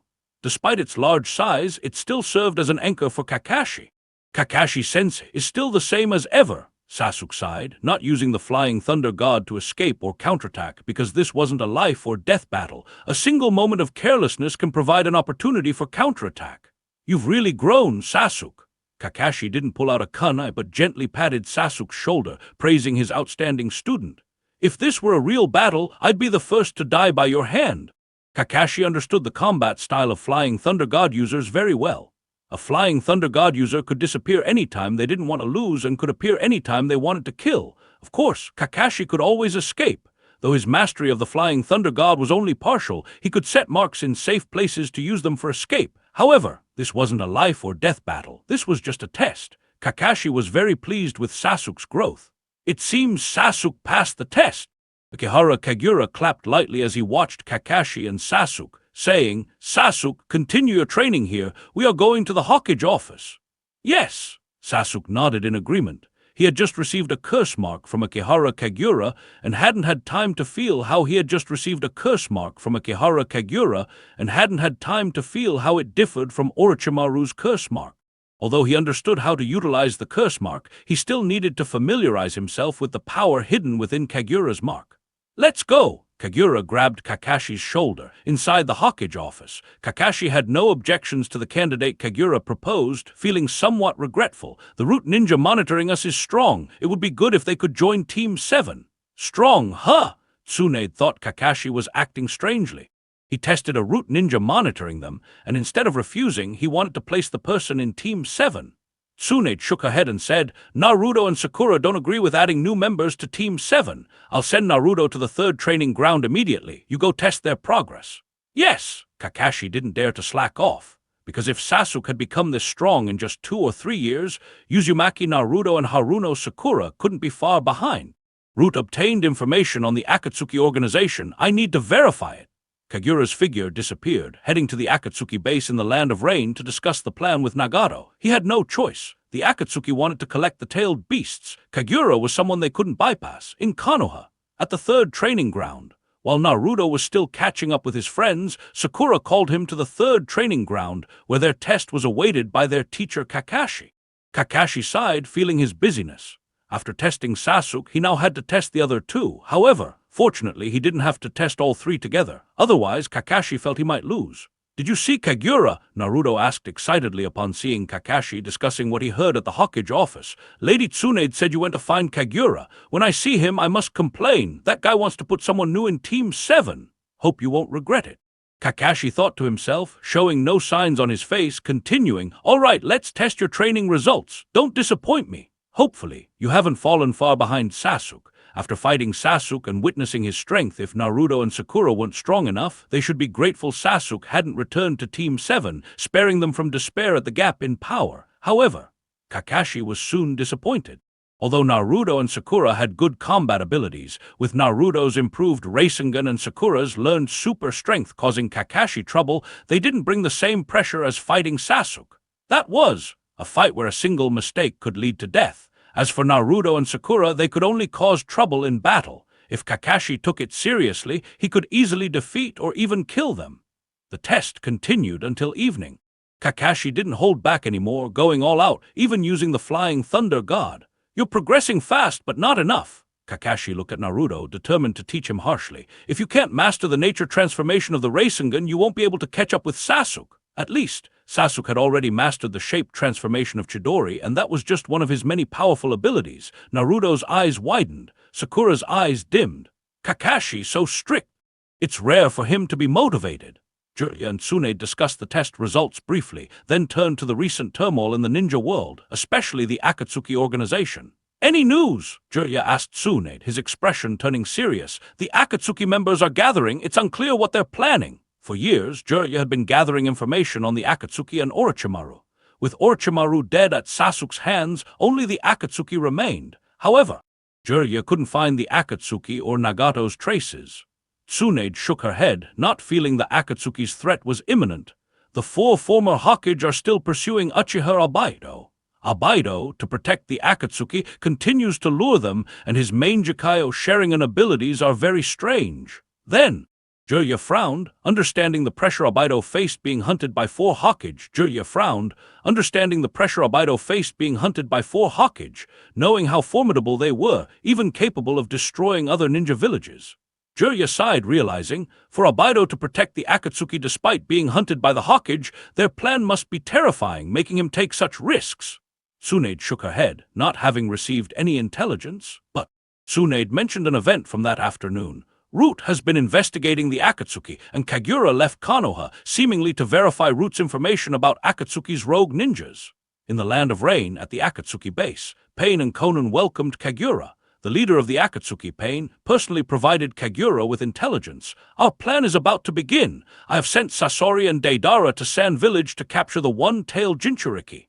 Land of Wind. The yellow sand still filled the sky.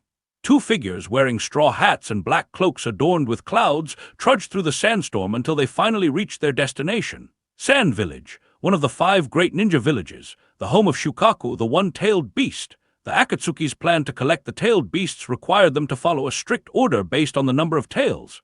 Now, among the 5 great ninja villages, the weakest, Sand Village, was their first target. "Sasori!" Deidara pulled a clay bird from his pocket and flung it into the air, where it immediately enlarged. "This time, leave it to me." Standing atop the clay bird, Deidara struck a pose for Sasori. "Sasori, how do you like my art?" "Don't make me wait too long," Sasori replied coldly. "Of course. If Akihara Kagura could single-handedly capture Sand Village, so can I."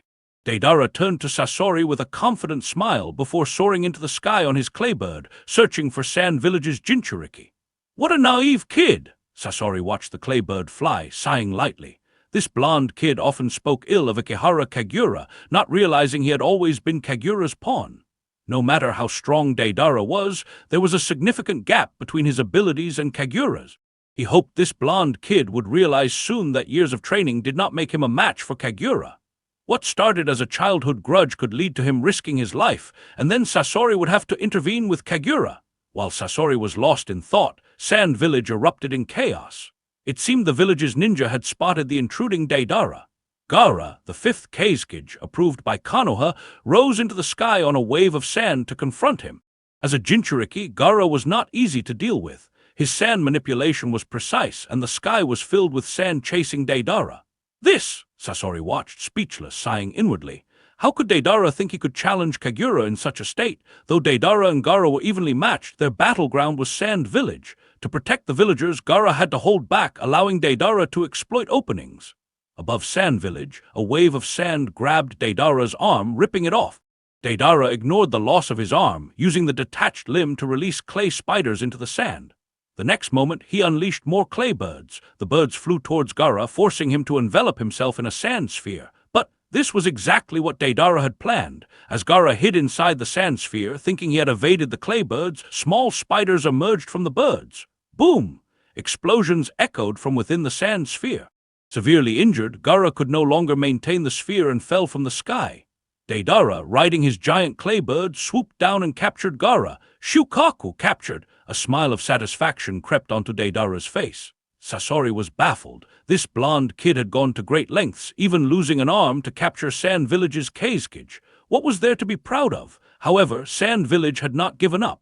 They sent a falcon to seek aid from their ally Konoha. While dispatching troops to track Deidara and Sasori. Among them, the puppet master Kenkuro was the fastest. Yet, this time, Kenkuro faced the world's most powerful puppet master. A cannon emerged from Sasori's Haruko, firing dozens of rockets that exploded, blasting Kenkuro and his puppets away. "Let's go!" Sasori ended the battle with ease. "Sasori's art style!" Deidara grinned, watching Sasori handle the fight effortlessly. He then steered his giant clay bird towards the distance. "HMPH!" Sasori glanced at the clay bird in the sky. 4 metal pipes emerged from Haruko, quickly transforming into 4 propeller blades, lifting Haruko into the air and catching up with Deidara's clay bird. What was that?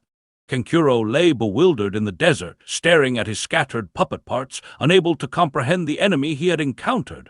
Without any chance to resist, he was easily defeated. A team of sand ninjas soon found Kenkuro and took him back for treatment. Having lost track of the enemy, they could only wait for Konoha's response. Konoha, inside the Hokage's office. Akihara Kagura, having returned from the Akatsuki, reported to Tsunade about the root's findings on the Akatsuki members active in the Land of Wind. He also deliberately summoned the other Hokage for a collective meeting. Such a proposal could not be refused. Tsunade sent people to notify the 4 Hokage to return to Konoha and others to the Sand Village, ordering them to gather intelligence on the Akatsuki. However, a plea for help arrived from the Sand Village. The 5th Kazekage, Gaara, had been captured by the Akatsuki. As the leader of the great ninja village, Konoha had to fulfill its responsibilities. Tsunade could not refuse the Sand Village's plea for help and immediately dispatched teams to the village, including Team 3 and the newly reformed Team 7, at the root base. Akihara Kagura sat in his office, reviewing scrolls, while Uchiha Sasuke kneeled before him, listening to his orders. Team 7 has already departed. Akihara Kagura lightly traced the characters on the scroll with his fingers as he spoke. Sasuke, follow them, monitor, and protect them. The enemy is, Uchiha Sasuke recalled what Akihara Kagura had mentioned before. It's just as you think. Akihara Kagura set down the ninjutsu scroll and said softly, the Akatsuki captured the 5th Kazekage. Naruto and his team will encounter the Akatsuki while rescuing him. Uchiha Itachi. Uchiha Sasuke narrowed his eyes. Even if he didn't encounter Itachi this time, he could seize the opportunity to capture an Akatsuki member and force information about Itachi from them. Go! Akihara Kagura waved his hand, signaling Sasuke to execute his mission. After Sasuke left, White Zetsu emerged from the ground, seemingly aware of Akihara Kagura's plan. Young one, should I report to Pain and the others? Yes! Akihara Kagura nodded and said casually, report to him. The reinforcements from Konoha are just a group of kids. The Akatsuki can easily send a team to stop them. All right. White Zetsu sank back into the ground. The Akatsuki moved swiftly. After capturing Gaara, Deidara, and Sasori, immediately started extracting the one-tailed Shukaku using the sealing technique. Phantom Dragon's 9 consuming seals aiming to seal it into the Jido statue as quickly as possible. Both the Sand Village and Konoha reacted promptly. Konoha's Team 3 and Team 7 soon arrived at the Sand Village. Upon regaining consciousness, Kenkuro reported his encounter with the enemy to the village leaders, particularly noting the abilities displayed by his adversary, which drew the attention of Elder Chiyo.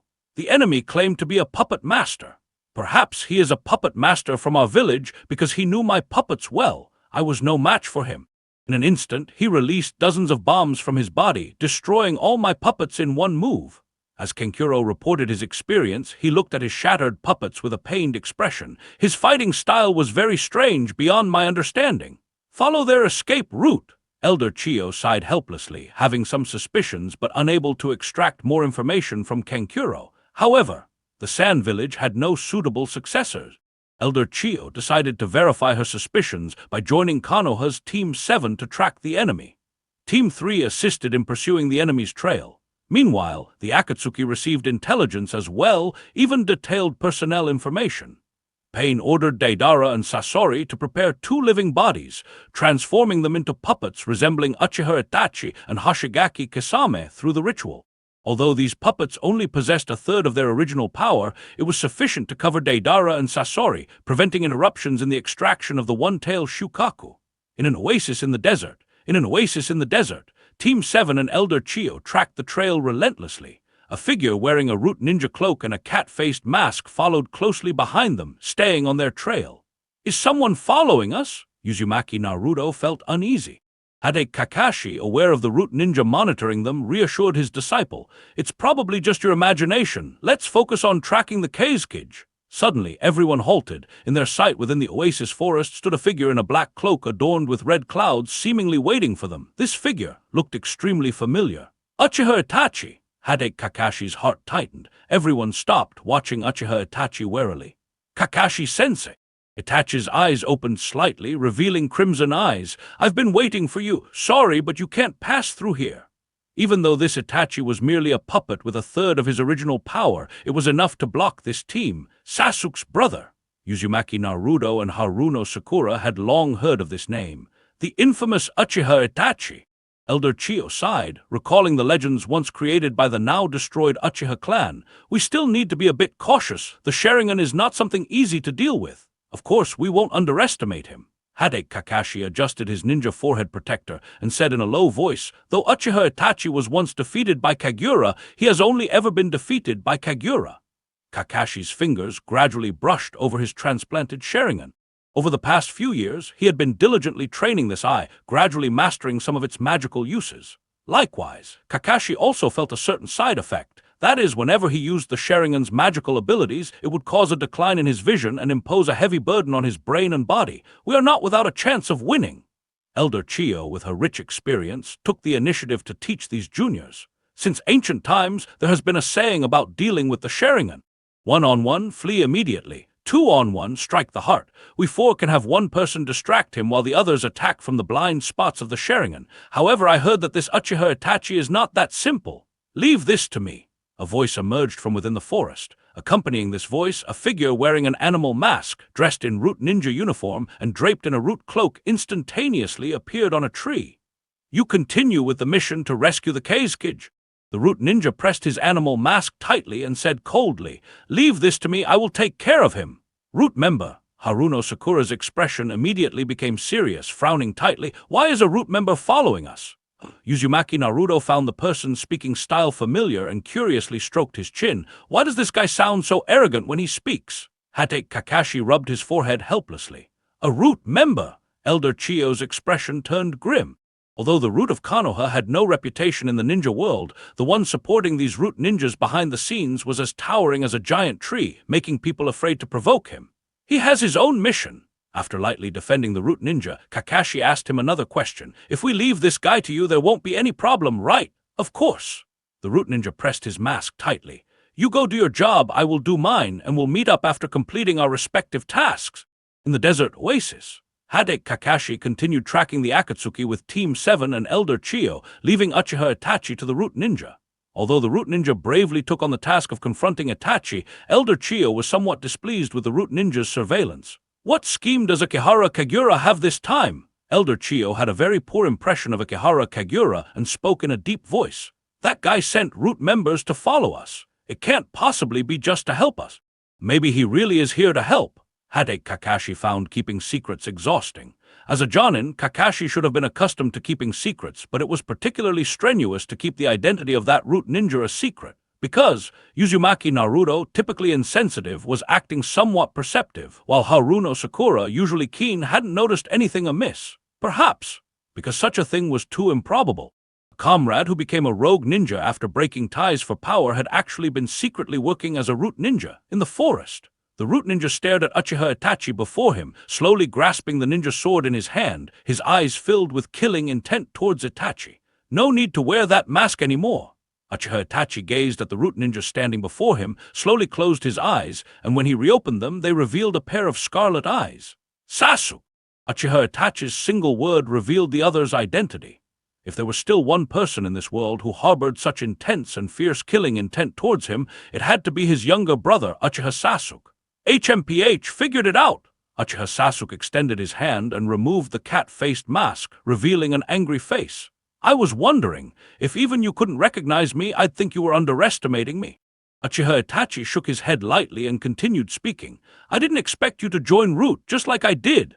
If Uchiha Itachi had any doubts when he first heard of Sasuke's defection, all those doubts were now resolved. After all, given Akihara Kagura's malicious nature, he wouldn't have allowed Sasuke to defect, and Sasuke wouldn't have chosen to follow Orochimaru, who had lost to Akihara Kagura instead of joining him. So, everything from the past made sense now. Uchiha Itachi thought of the recent news of Orochimaru being killed by Sasuke and broke the past truth to himself. It seems infiltrating Orochimaru to assassinate him was a mission you undertook. Indeed. Uchiha Sasuke raised his hand, proud of his achievement. Infiltrating Orochimaru and waiting for a chance to assassinate him was my first mission after joining Root. I heard your first mission for Root failed. Uchiha Itachi recalled his first mission. At that time, Root's leader was still Shimura Danzo. Danzo ordered him to assassinate Yakushi Kabuto and Yakushi Nano, but he failed that mission and ended up forming a grudge with Akihara Kagura. Uchiha Itachi! A cold smile appeared on Sasuke's lips as he suddenly drew his ninja sword, pointing it at his brother who killed their parents. I have now surpassed you. You gained power from Root and killed our parents. Now I've gained power from Root, and it's time for my revenge. This time. Leave your life here and now, at this very moment. Sasuke felt as if fate was on his side, using his power to kill Itachi here and now, then reuniting with Team 7 to reveal the whole truth and embrace a new life. Itachi remained silent. For him, this was also an opportunity. Because this body was merely a clone with 30% of his strength, it might be a good chance to test Sasuke's growth in preparation for their final battle. Let me see then. Itachi slid his fingers into his sleeve, his expression turning serious. How much you've grown now! The next moment, Itachi raised his hand and threw a shuriken. Uchiha Sasuke's hand pressed onto a shuriken which suddenly grew larger and was directly thrown out by him. Shuriken enlargement technique! Uchiha Itachi glanced in surprise, quickly clasping his hands together. Shuriken Shadow! Uchiha Itachi glanced in surprise, quickly clasping his hands together. Shuriken Shadow Clone Technique! Dozens of shurikens flew towards Uchiha Sasuke. Shuriken Shadow Clone Technique! A contemptuous smile flashed at the corner of Uchiha Sasuke's mouth as dozens of large shurikens flew towards Uchiha Itachi. The shurikens from both sides collided immediately. The combination of the Shuriken Enlargement Technique and the Shuriken Shadow Clone Technique was clearly superior. After all of Uchiha Itachi's shurikens were knocked down, several of the large shurikens continued their momentum and struck Uchiha Itachi. The next moment, Uchiha Itachi's figure turned into a swarm of crows. Uchiha Itachi was somewhat shocked in his heart. He had never had any rivals in shuriken throwing techniques. Not even Uchiha Shisui, who once taught him, had reached his level of perfection. However, Uchiha Sasuke was still progressing. Using the Uchiha clan's shuriken throwing techniques, the third Hokage Sarutobi Hiruzen's shuriken enlargement technique, and the shuriken shadow clone technique, Uchiha Sasuke managed to defeat him in this aspect, even if it was just the simplest part. A crow clone, huh? Uchiha Sasuke snorted lightly through his nose, throwing out a row of lightning. Chidori Senbon! The Senbon formed from lightning hit Uchiha Itachi's crow clone continuously, pinning the crows to the ground, their fate uncertain. The next second, the bodies of the crows turned into feathers, slowly floating up and reassembling into Uchiha Itachi's form. Genjutsu and cloning! Uchiha Sasuke's eyes turned crimson as he instantly identified the location of Uchiha Itachi's real body, swinging his ninja sword and charging forward. Clang! Uchiha Itachi pulled out a kunai to block. The two Uchihas fought fiercely in the oasis of this desert. Uchiha Itachi realized that his brother's growth in swordsmanship made him a formidable opponent, and that this puppet body might not be able to surpass Sasuke in swordsmanship. Uchiha Sasuke grew braver as he fought. However, Uchiha Sasuke had his own tricks up his sleeve. Watching Uchiha Itachi retreat step by step, Uchiha Sasuke showed a contemptuous smile, created an opening with his sword, and took the opportunity to place a Flying Thunder God mark on Uchiha Itachi's shoulder. As long as the Flying Thunder God mark was placed, this battle was already won. Uchiha Sasuke was convinced of his victory, moving even faster with his ninja sword, his superb swordsmanship forcing Uchiha Itachi to leap back to evade. Fire release, great fireball technique. Uchiha Itachi retreated and spat out a fireball. Fire release, great fireball technique. Uchiha Sasuke formed a seal and spat out a fireball at the same time. The two fireballs collided instantly, turning into a wall of fire and creating a sea of flames around them. However, in fire release ninjutsu, Uchiha Sasuke seemed to have the upper hand. Fire release, fire dragon flame bullet. Uchiha Sasuke spat out another flame. As a subordinate of Ikehara Kageura, Uchiha Sasuke naturally had no shortage of benefits. Besides what he learned from Orochimaru, Ikehara Kageura also provided him with some ninjutsu scrolls. It seems Ikehara Kageura taught you quite a bit. Uchiha Itachi could only retreat, knowing that Sarutobi Hiruzen could not have taught Uchiha Sasuke these techniques, which could only have come from Ikehara Kageura. Trying to escape, Uchiha Sasuke's figure disappeared from his original spot, using the Flying Thunder God technique to appear beside Uchiha Itachi, punching towards his chest. So fast! Uchiha Itachi suddenly sensed something amiss. Uchiha Sasuke's body flicker technique was even faster than Shisui's in the past. Flying Thunder God technique, huh? Uchiha Itachi immediately recognized the technique Uchiha Sasuke was using. He had seen Ikehara Kageura use the Flying Thunder God technique before and was well aware of its terrifying nature. The fourth Hokage, Namikaze Minato, had made a name for himself in the ninja world with this very technique. It seemed Ikehara Kageura had taught Sasuke quite a bit. Just from the techniques Uchiha Sasuke had learned, he now possessed enough power to challenge the cages of other villages and even had a good chance of killing Itachi himself. It looks like you've really grown stronger. Uchiha Itachi raised his hand to block Sasuke's punch, but in the next moment, Sasuke's figure disappeared again, using the Flying Thunder God technique to teleport behind him. This time I will definitely kill you. Sasuke kicked Itachi in the waist, but Itachi's body turned into a flock of crows that scattered and then reformed into his body in the air. Maybe next time. Uchiha Itachi shook his head calmly and said softly, "Your progress is too fast, Sasuke. It seems that next time we meet I must kill you." "Are you finally afraid?" Uchiha Sasuke sneered coldly. "Is this guy actually afraid? The same Uchiha Itachi who slaughtered the Uchiha clan, and is this guy actually afraid? The same Uchiha Itachi who slaughtered the Uchiha clan and killed their parents, is he now afraid? If not for Ikehara Kageura's help, the Uchiha clan would have been annihilated that night. Is this bastard afraid of his growth too? If you had awakened the Mangekyo Sharingan..." Itachi looked into Sasuke's eyes, which still held the three Tomo pattern. "Perhaps I really wouldn't be your match. Even without the Mangekyo Sharingan, I can still kill you." Sasuke was confident in the power he had gained. He hadn't even used the curse seal given to him by Ikehara Kageura, which would ensure Itachi's defeat even faster. Perhaps Itachi had gauged Sasuke's strength. If they fought with their true bodies next time, Sasuke could indeed pose a significant threat. Even if he used his full strength, the outcome was uncertain. The Flying Thunder God technique was too powerful an enhancement for any ninja. However, the biggest gain this time was, it seemed Sasuke had found a place to settle. But Itachi didn't want Sasuke to stay in the darkness of the Root organization. As its leader, Ikehara Kageura knew the truth and might not always be willing to protect Sasuke in the future.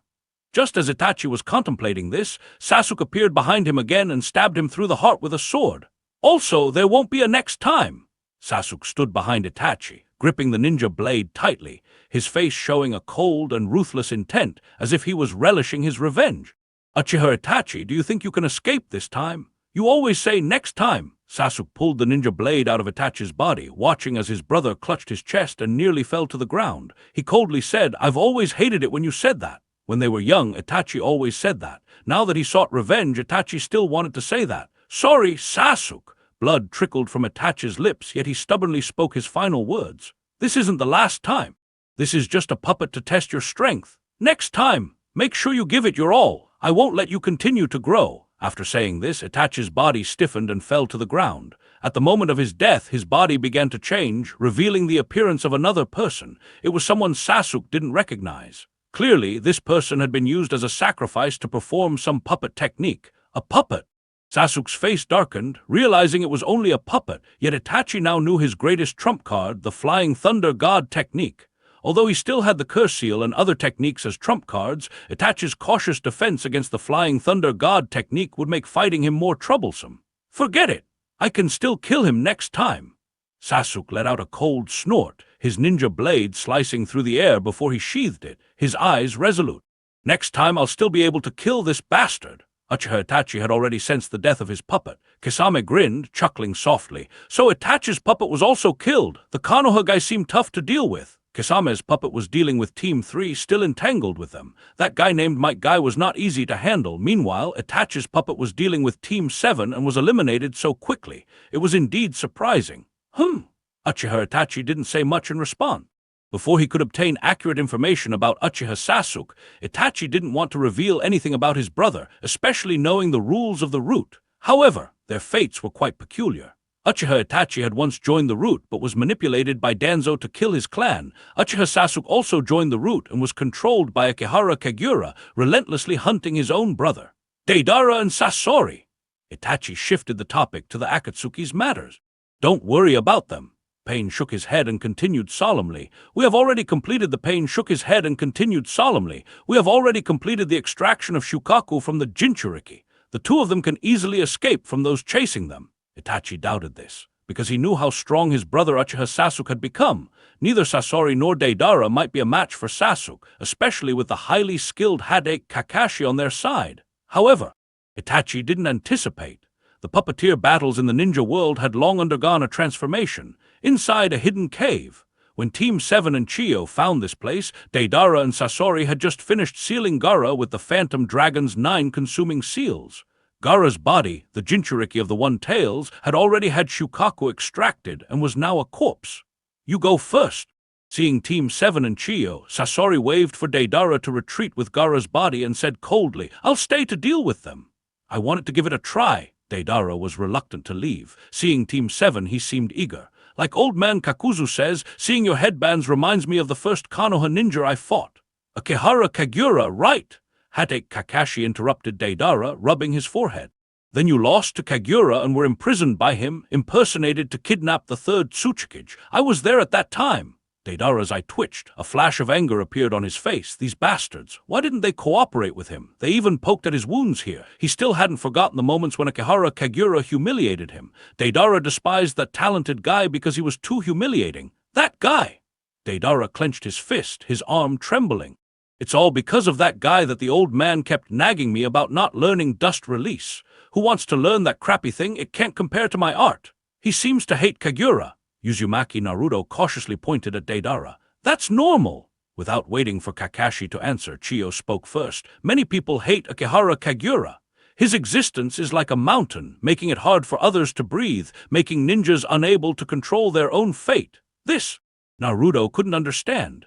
To him, Akihara Kagura was like an older brother in the family. He had a good relationship with Kagura and never found anything wrong with him. Kakashi understood well. Because Akihara Kagura was too powerful, making it impossible for other villages to harm Konoha, even forcing them to accept Konoha's harsh conditions, naturally leading to resentment from others. Let's go quickly. Sasori of the Red Sand did not comment on their discussion. Instead, he coldly instructed Deidara, You've lost an arm. Staying here will hinder my battle. Got it. Deidara angrily released a giant clay bird, manipulated it to grab Gaara's corpse, and then left the cave by mounting the bird. Leave the Kazekage. Hadate Kakashi raised his hand, leaving a flying thunder god mark like a manhole cover. He then commanded, Sakura, Elder Chiyo, you two stay here and deal with him. Naruto and I will go after the other guy. Once we recover the Kazekage, I'll come back immediately. Understood. Haruno Sakura nodded promptly. Okay. Elder Chiyo nodded and then took out a scroll from her pocket. It doesn't matter if you don't come back. I want to have a good talk with my dear grandson. Dear grandson? Sakura looked at Elder Chiyo in surprise. However, Elder Chiyo ignored Sakura, directing her gaze towards Sasori. How long has it been since we last met, Sasori? I heard you retired a long time ago. I really want to see what my grandson looks like now. Sasori remained silent. Indeed, he was Elder Chiyo's grandson. This was a fact he couldn't deny, but saying anything would be lowering himself, so saying nothing was better. Let me try first. Elder Chiyo stepped towards Sasori, a chakra thread flying from her hand, wrapped around several kunai. As the chakra thread fell, the kunai shot rapidly towards Sasori, manipulated assault blades. In the next moment, the kunai flew towards Sasori. The kunai, enhanced with chakra, moved extremely fast, still playing with outdated puppet techniques. Unfortunately, the times have changed. Sasori coldly watched the incoming kunai, the tail of his puppet Haruko suddenly extending in front of him with gun barrels protruding from it. Bang! Bang! Bang! Nails infused with chakra shot out like bullets, directly knocking down the flying kunai. Nails infused with chakra shot out like bullets, directly knocking down the flying kunai. The nails were even faster and more powerful. It seems like nothing has changed. Elder Chiyo swiftly dodged the flying nails, but her eyes showed faint shock and unease at this scene, because the speed of these nails was strangely fast. Crack! Crack! Crack! The black robe with red clouds on Sasori's Haruko puppet began to crack. The mechanical puppet gradually transformed, with countless cannon barrels emerging densely from Haruko's body. That is! Haruno Sakura watched Haruko in astonishment. It seems to be highly offensive. Elder Chiyo frowned, sensing that Sasori's puppet techniques had taken a strange turn. If it's too offensive, its defense will weaken. I told you, times have changed. Sasori retorted in a muffled voice, coldly continuing, "Why can't a powerful attacking puppet also have strong defense?" As he spoke, Haruko's puppet emitted a grating metallic sound. The cannon barrels quickly retracted, revealing black, hard armor plates on Haruko's body, forming something like a suit of armor. Elder Chiyo's eyes narrowed slightly. Her fingers moved lightly as she pondered Haruko's weaknesses. If it has both attack and defense, its flexibility will decrease. If its flexibility is significantly reduced, that means if they can withstand Haruko's attacks and have enough power to break its defense, Haruko would become a sitting duck. It seems he's made many modifications to his puppet. Elder Chiyo glanced at Haruno Sakura beside her, softly saying, "My attack power isn't strong enough to break his defense. That puppet's defensive capabilities are very strong. Let me handle it." Haruno Sakura had great confidence in her fists, but Elder Chiyo raised another concern, speaking seriously. "You must avoid all of that puppet's attacks perfectly. I just tested it, and the nails shot by those mechanisms are very fast." "I understand." Haruno Sakura's heart tightened. "It's not just about speed." Chiyo shook her head and continued to remind, "You also need extremely rich combat experience to judge the hidden weapons fired from the mechanisms. That guy Sasori has armed that puppet to the teeth. The only drawback is probably its flexibility." Haruno Sakura fell silent, because combat experience was what she lacked the most. All along, Haruno Sakura had not participated in many battles. Even when she did, she was merely playing a minor role. The only significant combat experience she had was during a Chunin exam she participated in over the past 2 years, which was far from extensive. "Leave it to me."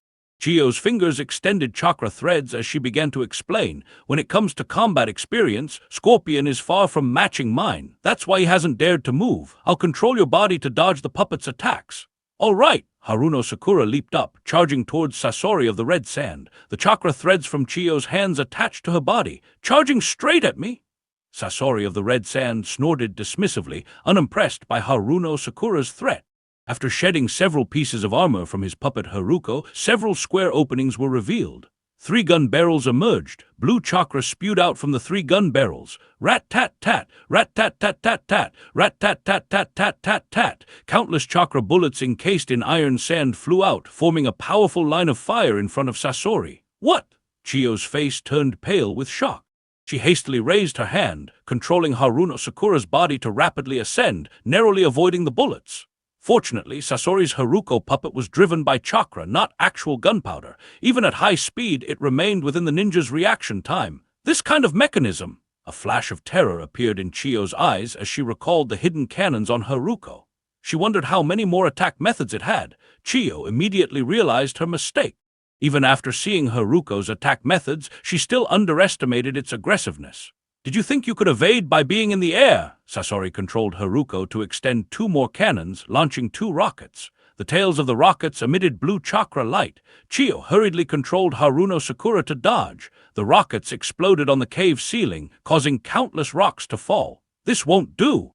Chiyo quickly controlled Haruno Sakura to land beside her, pulled out her own puppets. Chiyo quickly controlled Haruno Sakura to land beside her, pulled out her own puppets, and said in a deep voice, "I must use puppets to distract him." "Okay." Haruno Sakura obediently followed her elder's advice. "Don't worry." Chiyo, feeling a bit uneasy, tried to reassure Haruno Sakura, "Just smash that puppet when you get close. Its movement speed is very slow. I will cut the puppet's movements from time to time, using chakra threads to keep an eye on you." Haruno Sakura nodded firmly. "To think he has become this strong." Chiyo took out 2 scrolls and summoned 2 puppets. "Those are—" Sasori's voice suddenly turned grim. Those were the puppets' father and mother that he created in his childhood, hoping they could replace his deceased parents to accompany him. However, they never met his standards and were abandoned. Unexpectedly, Chiyo had kept them and used them now. Click, click. The father and mother puppets started moving under Chiyo's control, charging towards Haruko. Rat-tat-tat-tat-tat. The cannons on Haruko roared. Chiyo's eyes flashed as she controlled her puppets to release a defensive jutsu. Mechanical light shield block. A defensive shield blocked the iron sand bullets. Although the shield developed cracks under the dense barrage of bullets, it stubbornly held its position, drawing Haruko's fire. Taking advantage of the father and mother puppets attracting Sasori's attention, Haruno Sakura ran along the cave wall, avoiding occasional bullets and rockets from Haruko. She leaped towards Haruko, swinging her fist down. "Granny, this is the 3rd time. I told you times have changed." Haruko's tail suddenly folded up, transforming into a series of tubes. Blue chakra erupted from the tubes, propelling Haruko at a speed that made it nearly invisible, dodging Haruno Sakura's attack. Haruno Sakura stared in shock as Haruko vanished before her eyes. A gust of wind from high-speed movement surged through the cave. Sasori's Haruko moved to the other side of the cave. At this moment, Haruko's appearance had drastically changed. It unfolded 4 propeller wings with several tubes continuously spewing blue chakra, allowing it to hover in the air, looking completely out of place in this era. Attack, defense, agility. Who says these can't all be present in a puppet outside the cave? Deidara was still being pursued by Hade Kakashi and Uzumaki Naruto. However, Deidara was flying on his clay giant bird in the air, while Uzumaki Naruto and Hade Kakashi could only chase desperately, always on the verge of losing him. "Naruto, don't rush!" Hade Kakashi watched the relentless pursuit of Uzumaki Naruto ahead, feeling uneasy. "Be careful, don't lose your head due to the enemy's provocation." "I understand." Uzumaki Naruto nodded while keeping his pace. "I just lost track of the enemy for a moment. It's unavoidable." Clang! A sharp blade suddenly flashed brilliantly. A root ninja with black wings flew rapidly towards Deidara, slashing the head off the clay giant bird with a swift motion. "Damn it!" Deidara immediately lost his balance. The headless clay giant bird plummeted from the sky, and Deidara, who was riding it, tumbled to the ground. The 3 present quickly surrounded him. "How did you get here so fast?" Hade Kakashi couldn't help but ask the root ninja before him. "Weren't you stopping Uchiha Itachi? Did he escape?" "That was just a puppet." The root ninja responded coldly, landing beside them with an indifferent demeanor. "A puppet created by some unknown means, significantly weaker than his actual strength. I've already eliminated it." "Who are you?" Uzumaki Naruto looked surprised at the root ninja retracting his wings, trying to see his true identity through the cat mask on the root ninja's face. "Naruto!" Hade Kakashi hurriedly interrupted Naruto's inquiry, speaking in a serious tone. "The identities of root ninjas are confidential. Don't ask recklessly. Let's deal with the enemy first." The root ninja with the cat mask swiftly charged at Deidara, with Uzumaki Naruto and Hade Kakashi following closely. The 3 ninjas quickly surrounded Deidara. Deidara, having lost his aerial advantage, had no strength to resist against them. Resolutely, he raised his hand, ready to self-destruct on the spot. "Witness my art!" The next moment, Deidara's body began to swell. All the chakra within Deidara gathered at his heart, swelling and ready to explode. If it explodes, none of the 3 might escape. "Watch out!" The root ninja reached out to grab Uzumaki Naruto, intending to teleport away with him. "I'll take Naruto. Kakashi, use the Flying Thunder God technique to leave." "Don't worry, leave it to me." Hade Kakashi quickly raised his hand. Hade Kakashi's Sharingan gradually transformed into a unique Mangekyo Sharingan, and a spatial force suddenly enveloped Deidara's body, absorbing him into another dimension. The forest abruptly fell silent. Deidara, who was about to self-destruct, vanished without a trace. "Let's rescue the Kazekage first." Hade Kakashi and Uzumaki Naruto tore apart the corpse of Deidara's clay giant bird, but only found Gaara's body. Kazekage had already had Shukaku extracted from him, showing no signs of life. Uzumaki Naruto's face turned pale. Gaara, who had once taken the Chunin exams with them, had lost Shukaku inside him and now lay there as a rigid corpse. The death of someone of the same age undoubtedly resonated deeply. "Let's bring the Kazekage body to Sakura." Hade Kakashi placed his hand on Uzumaki Naruto's shoulder and continued solemnly. I left a flying thunder god mark with Sakura. I'll come with you. The root ninja left a flying thunder god mark on Hadate Kakashi.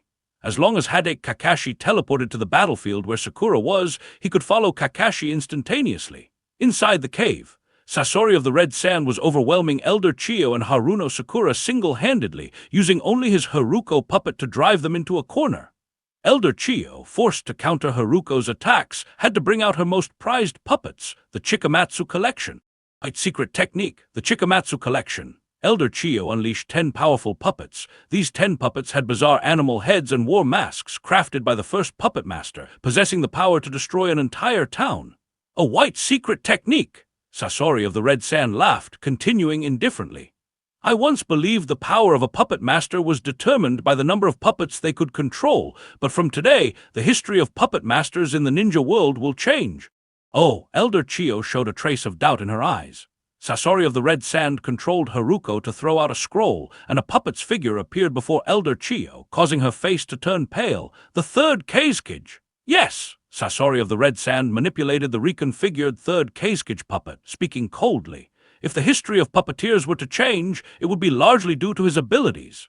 Using the power of magnet release merely to control iron is a waste. Chiyo furrowed her brow and spoke in a low voice. Many people initially believed that the third Kazekage went missing. I killed him. Sasori admitted his crime calmly, his emotions hidden beneath Haruko. As the Kazekage's bodyguard, no one had a better opportunity to assassinate him than I did. Why? For the sake of a perfect masterpiece. Sasori continued to manipulate the third Kazekage puppet. Originally, I intended only Sasori continued to manipulate the third Kazekage puppet. Originally, I intended only to preserve his magnet release. However, as I acquired more advanced puppet knowledge, I realized that the power of magnet release represented a revolution for puppeteers. Revolution? Chiyo's face wrinkled further. The elderly woman found it hard to comprehend. Could the power of magnet release be used for something else? While Chiyo was in shock, the third Kazekage puppet suddenly raised an arm, which was no longer a blade, but a pitch-black barrel. Bang! Black bullets were fired at Chiyo. Chiyo had not yet recognized the unusual technique and continued to control the 10 puppets of Chikamatsu to fend off the black bullets. Strangely, each bullet that struck a puppet caused it to lose control and collapse rapidly. What is this? A look of shock crossed Chiyo's face. As the strongest puppeteer of the Sand Village and Sasori's mentor in puppetry, Chiyo had never seen such bizarre projectiles. This is the nemesis I developed specifically against puppeteers. Sasori's Haruko floated in the air as he spoke coldly. A single bullet carrying magnetic force can disable the chakra transmitting components inside a puppet. Sweat began to form on Chiyo's forehead. The elderly woman had planned to deal with her renegade grandson herself, but she did not expect her strongest puppeteer skills to be completely countered by Sasori's abilities. Well, goodbye! Sasori's Haruko puppet and the third Kazekage puppet simultaneously raised their barrels, the projectiles aimed at Sakura and Chiyo. Boom! 2 shells were shot straight at their targets. Chiyo and Sakura had no means to counter Sasori's attack and could only wait helplessly for their fates to unfold. 3 figures suddenly appeared from the flying thunder god mark on the ground, revealing Hadate Kakashi and Uzumaki Naruto, who was carrying Gaara's body. Along with Kakashi, a masked ANBU operative appeared in the cave. Clang, clang, clang! The sound of metal clashing was piercing. The masked ANBU ninja swiftly appeared beside Sakura, slicing the projectile in half, and the pieces fell to either side. Kakashi acted quickly, using his Mangekyou Sharingan to absorb the projectile aimed at Chiyo into the Kamui dimension. Kakashi hoped that the Kamui dimension, possibly linked to Uchiha Obaido, could contain Deidara's self-destruction remnants or the exploding projectile. Naturally, there was no time to worry about that now. Troublesome! Sasori glanced at the scene and noticed the masked ANBU operative, snorting coldly. I'll let you go this time, but next time you won't be so lucky. With that, Sasori swiftly retracted the third Kazekage puppet. As Sasori attempted to leave, he saw Chiyo using the father and mother puppets, and with a flick of his chakra strings, he seized them as well.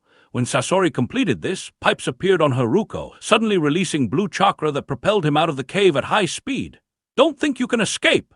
Naruto yelled, a burst of red chakra surging from him as he charged toward Sasori. However, Haruko's body scattered numerous tiny flashing bombs which exploded instantly, forcing everyone to close their eyes involuntarily.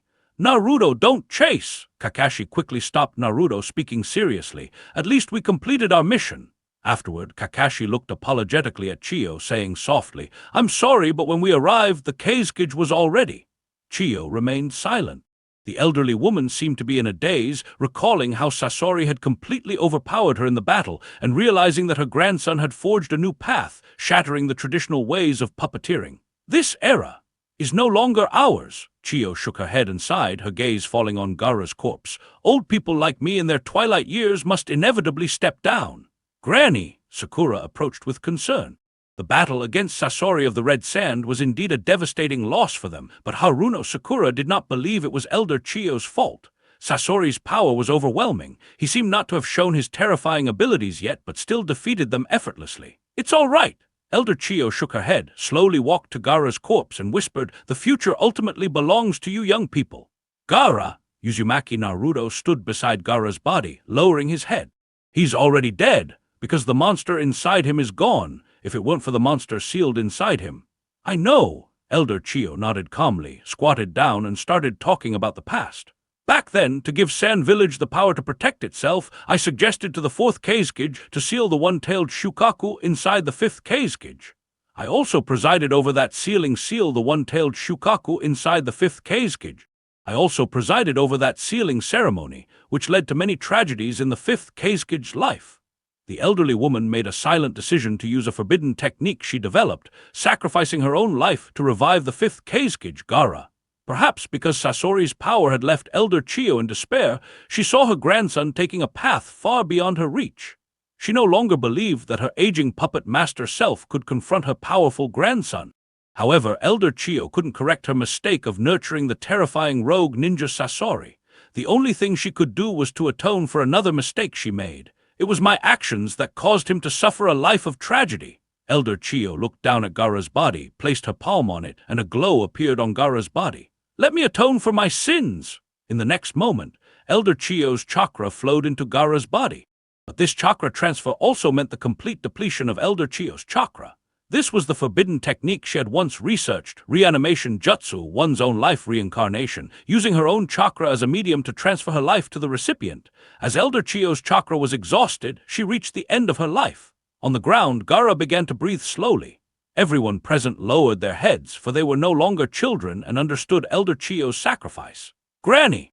Haruno Sakura nervously grasped Elder Chiyo's hand. I have already reached the end of my life. Elder Chiyo slowly shook her head, a hint of regretful smile on her face. Just remember, in the future, be wary of Sasori. Yes, Haruno Sakura quickly nodded, indicating her understanding. In this battle, Haruno Sakura realized the power of Sasori of the Red Sand. No! Elder Chiyo indicated she didn't understand, her voice growing weaker. The Sasori you faced, just a modified puppet. His real body, he might have transformed it to be even stronger. Because Elder Chiyo had also partially transformed her own body into a puppet, she knew her grandson wouldn't overlook the human puppet technique. Sasori of the Red Sand had surely transformed his own body into a human puppet. Rest assured. The 5th Kazekage, Gaara awakened, holding Elder Chiyo's other hand. I will capture that guy, Sasori of the Red Sand. I'm sorry to trouble you. Elder Chiyo saw Gaara and a relieved smile appeared on her face. I'll leave it to you young people. The elder of Sand Village passed away. The 5th Kazekage, Gaara, had long known about Elder Chiyo's involvement in implanting the one-tailed Shukaku in him and had already forgiven her after becoming Kazekage. Now, Gaara was a bit worried about the Shukaku issue. Although Gaara and Shukaku had a bad relationship, always fighting each other, this time he had limited Shukaku's reckless behavior to protect Sand Village, which indeed caused trouble for Shukaku. I want to visit Lady Tsunade and Lord Kagura. The 5th Kazekage, Gaara, lowered his head and continued speaking. The ninja world must be vigilant about the threat of the Akatsuki. Hatake Kakashi and the root ninja beside him both nodded. Because whether it was Kakashi's teammate Uchiha Obaido or Sasuke's target, Itachi, they were all members of the Akatsuki. Meanwhile, Uchiha Obaido had already escaped the pursuit of the 4-Kage. But before Uchiha Obaido could catch his breath, he sensed another person in his Kamui space and found Deidara trying to self-destruct. Obaido stopped Deidara's self-destruction and immediately released him from the Kamui space to prevent him from discovering its secrets, ignoring the furious fool.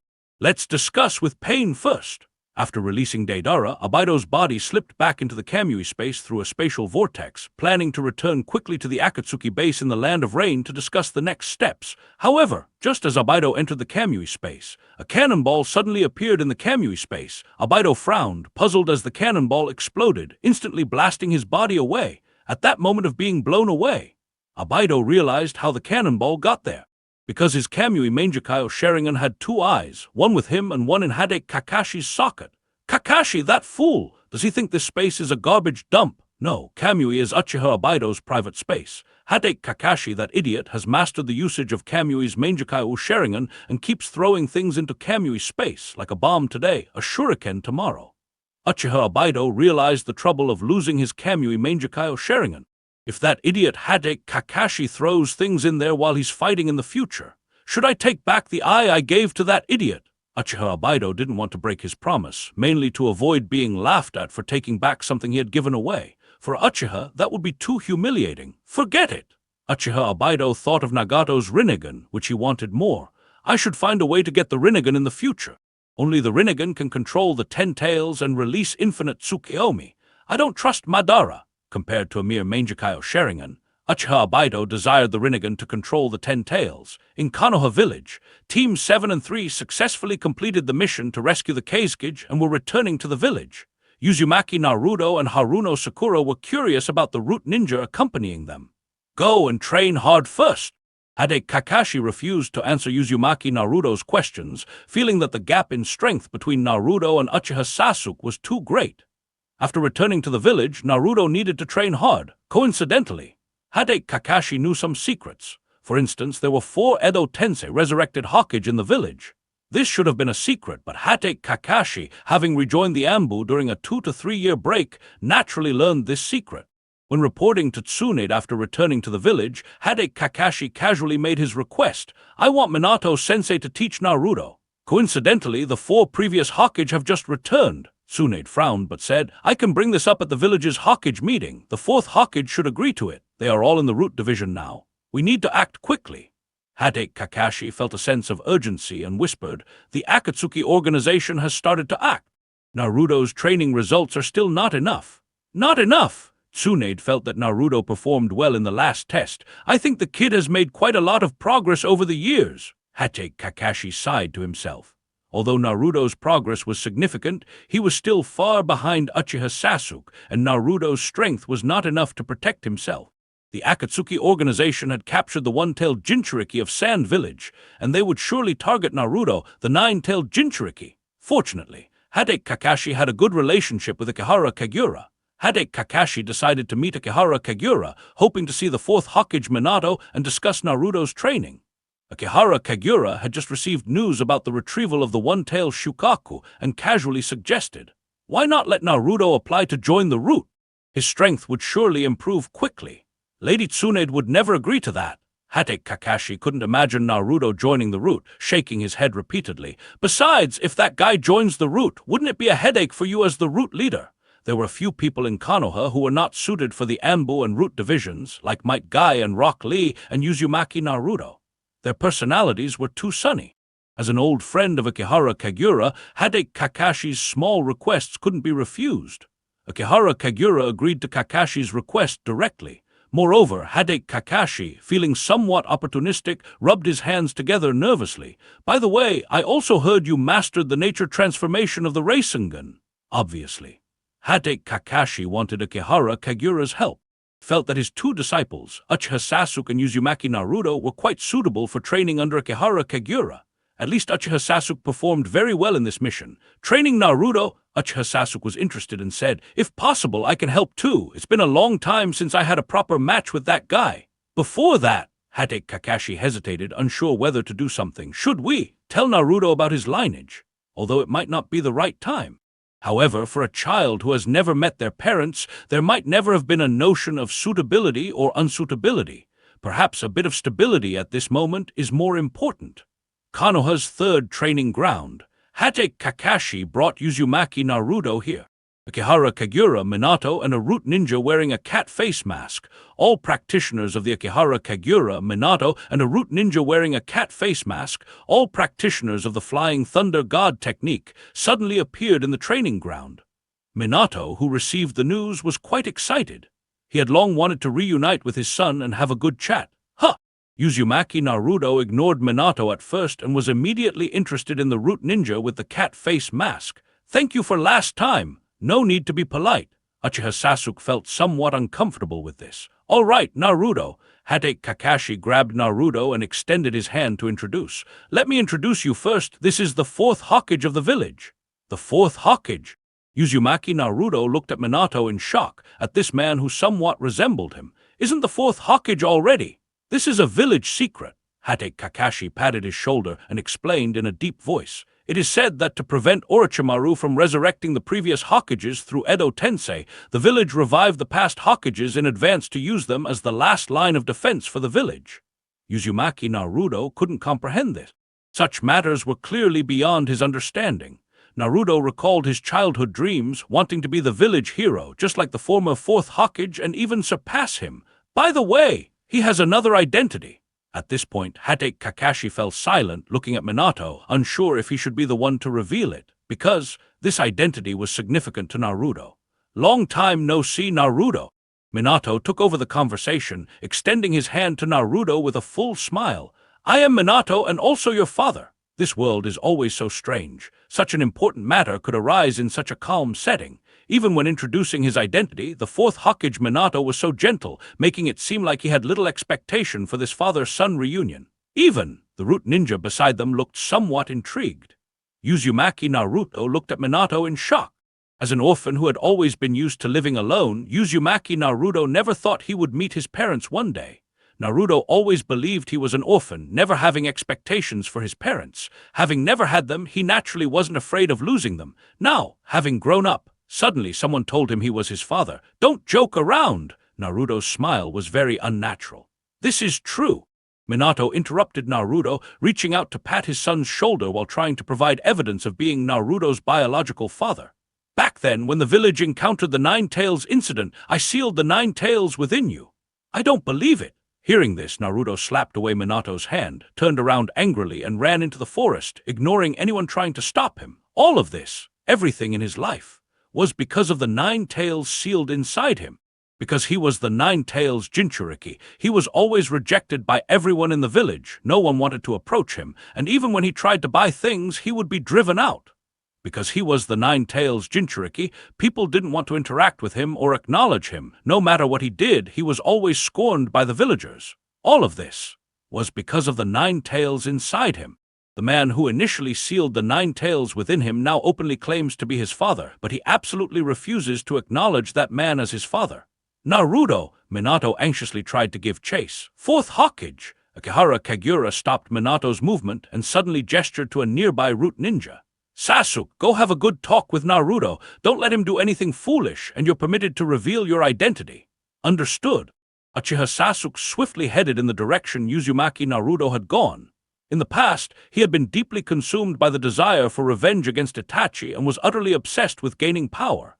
Uzumaki Naruto, that idiot, wanted to pull him out of the mire of vengeance, even risking his life to save him. Now, is it his turn in Konoha village, on a park bench? Uzumaki Naruto sat there silently, tears streaming down his face. He felt a mix of emotions and didn't know what to say or do. Once, Uzumaki Naruto had admired the fourth Hokage greatly. Now he despised him. Once, Uzumaki Naruto had admired the fourth Hokage greatly. Now he despised him just as much. That guy, what right did he have to plant the Nine Tails inside him? All the suffering he'd endured since childhood was because of the Nine Tails within him, and now that man who claimed to be his father told him it was all his doing. That guy. What right did he have to do that? Is this something a father should do? Did that man who claimed to be his father understand what kind of fate he was condemning his child to? 16 years, 16 whole years. Uzumaki Naruto had almost forgotten how many misfortunes he'd endured because of his identity as the Nine Tails Jinchuriki. No matter how hard he tried to live, he could never gain the recognition of others because of that identity. That idiot! The root ninja wearing a cat-faced mask cursed softly and walked over to Naruto, handing him a cup of sweet pear juice he had bought. "What are you doing here?" Naruto's face still looked downcast. I'm here to tell you about the fourth Hokage. The root ninja extended the pear juice to him and spoke softly. Many people know the hidden truth about this matter. Perhaps you've heard some of it. I don't want to hear it. Naruto swung his hand, intending to knock the pear juice away.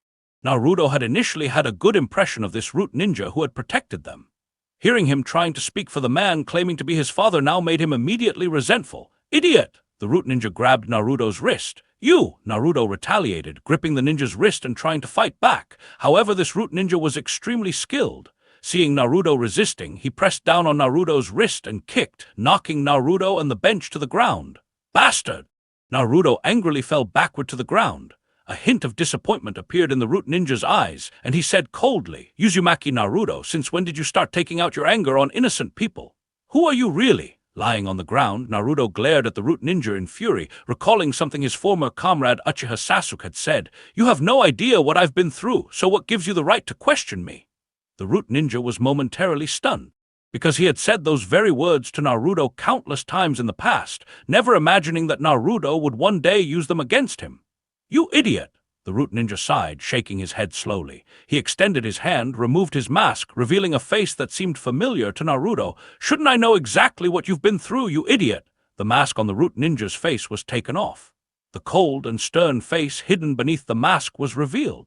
Uzumaki Naruto looked at the vaguely familiar face, and his anger turned into a look of shock. For a moment he couldn't believe the other person's identity. Sasuke! Is it really Sasuke? HMPH, can't you even recognize me? Uchiha Sasuke's lips curled into his characteristic arrogant smile as he reached out his hand to the Naruto lying on the ground. No, it can't be! Naruto grabbed his hand and stood up with his help, still finding it hard to believe his eyes. What? What is going on? Why are you a root ninja? Why haven't you returned to Team 7? Wait! Naruto suddenly remembered something and his eyes widened. Granny Tsunade mentioned that a root ninja was going to join Team 7. At that time, Granny Tsunade said she had refused the proposal. Moreover, he seemed to remember rejecting the news himself. Ugh! Naruto hit his head hard, frustrated with his past foolishness. I should have asked who it was back then. Lord Kagura did consider letting me return to Team 7. Uchiha Sasuke nodded and said softly, Coincidentally, both of you rejected it. I'm more comfortable staying en route because I have more important things to do. What is going on? Naruto interrupted Sasuke, eager to know the truth. Back then you clearly left with Orochimaru. It was just a mission.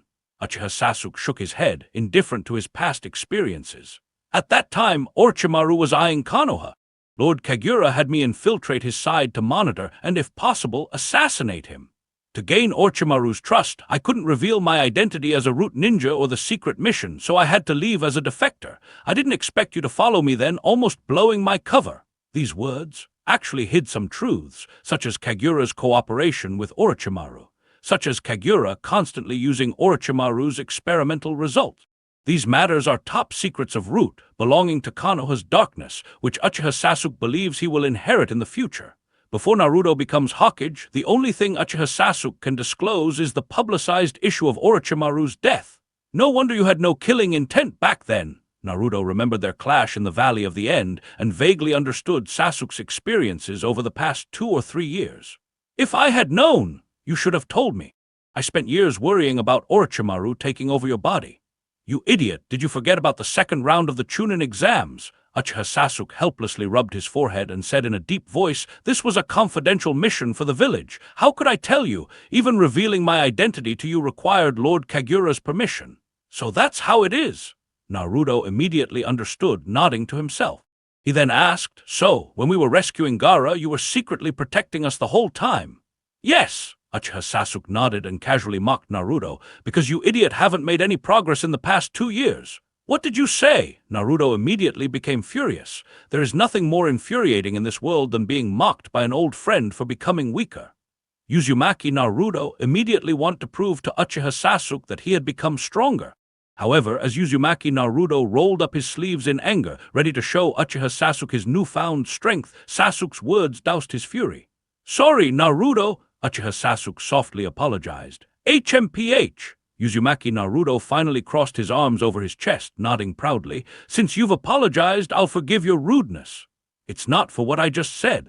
Uchiha Sasuke looked at his dear friend and said quietly, Actually, the fourth Hawkage was resurrected 2 or 3 years ago. Part of my Flying Thunder God technique was taught to me by him. When I was still in Team 7, I knew he had been resurrected and that he was your father. This was Uchiha Sasuke's guilt, because at that time, Uzumaki Naruto was still living a life disliked by the villagers, while he was receiving guidance from the second and fourth Hokage, and even knew about Naruto's heritage without telling him. Uzumaki Naruto's face immediately turned grim. The fourth Hokage has always wanted to see you, Uchiha Sasuke continued softly, ignoring Naruto's expression. Because he sacrificed himself to seal the 9 tails and protect the village when you were young, he had to leave you alone. Even though he was resurrected to keep the village's secrets, he couldn't meet you and could only observe you from the shadows. Uchiha Sasuke placed his hand on Naruto's shoulder and patted it lightly. Naruto, the threat of Orochimaru to the village has disappeared. The fourth Hokage could be released at any time. Don't wait until it's too late and regret it. As for the 9 tails, Uchiha Sasuke continued, addressing what Naruto was most concerned about. Even if you're dissatisfied with it, at least you should discuss it face to face, right? Speak your mind and follow through. Have you forgotten your ninja way, you idiot? Of course not. Uzumaki Naruto furiously waved his fists. The third training ground. Hatake Kakashi, Akihara Kagura, and Minato were still there. This was expected, right? Akihara Kagura shrugged and casually criticized Minato. Naruto suffered a lot as a child because of his status as a Jinchuriki. It's normal for him to have resentment and darkness in his heart. Why not place him in the root? Hey! Hatake Kakashi glanced at Akihara Kagura and quickly tried to dispel his dangerous idea. Don't always think about taking my subordinates. Because back then, I believed Naruto could overcome the darkness. Minato, still thinking like a ninja, showed no signs of a father's concern. Naruto is my child. I believe he can endure the trials of being a Jinchuriki and emerge like a butterfly from a chrysalis. But Akihara Kagura's gaze fell on Minato. For a child, it's a painful process. The only way to overcome the pain is to continue growing. Perhaps I should wait until Naruto has overcome this layer of pain before reuniting you two. As they were chatting idly here, Uchiha Sasuke had already brought Uzumaki Naruto back to the third training ground, but Naruto's face still showed some discomfort. I already know everything. I'm sorry. Minato apologized to his son with a serious expression. After you were born, I never fulfilled my responsibilities as a father. I even made you a Jinchuriki to contain the 9 tails. Naruto, that was my fault.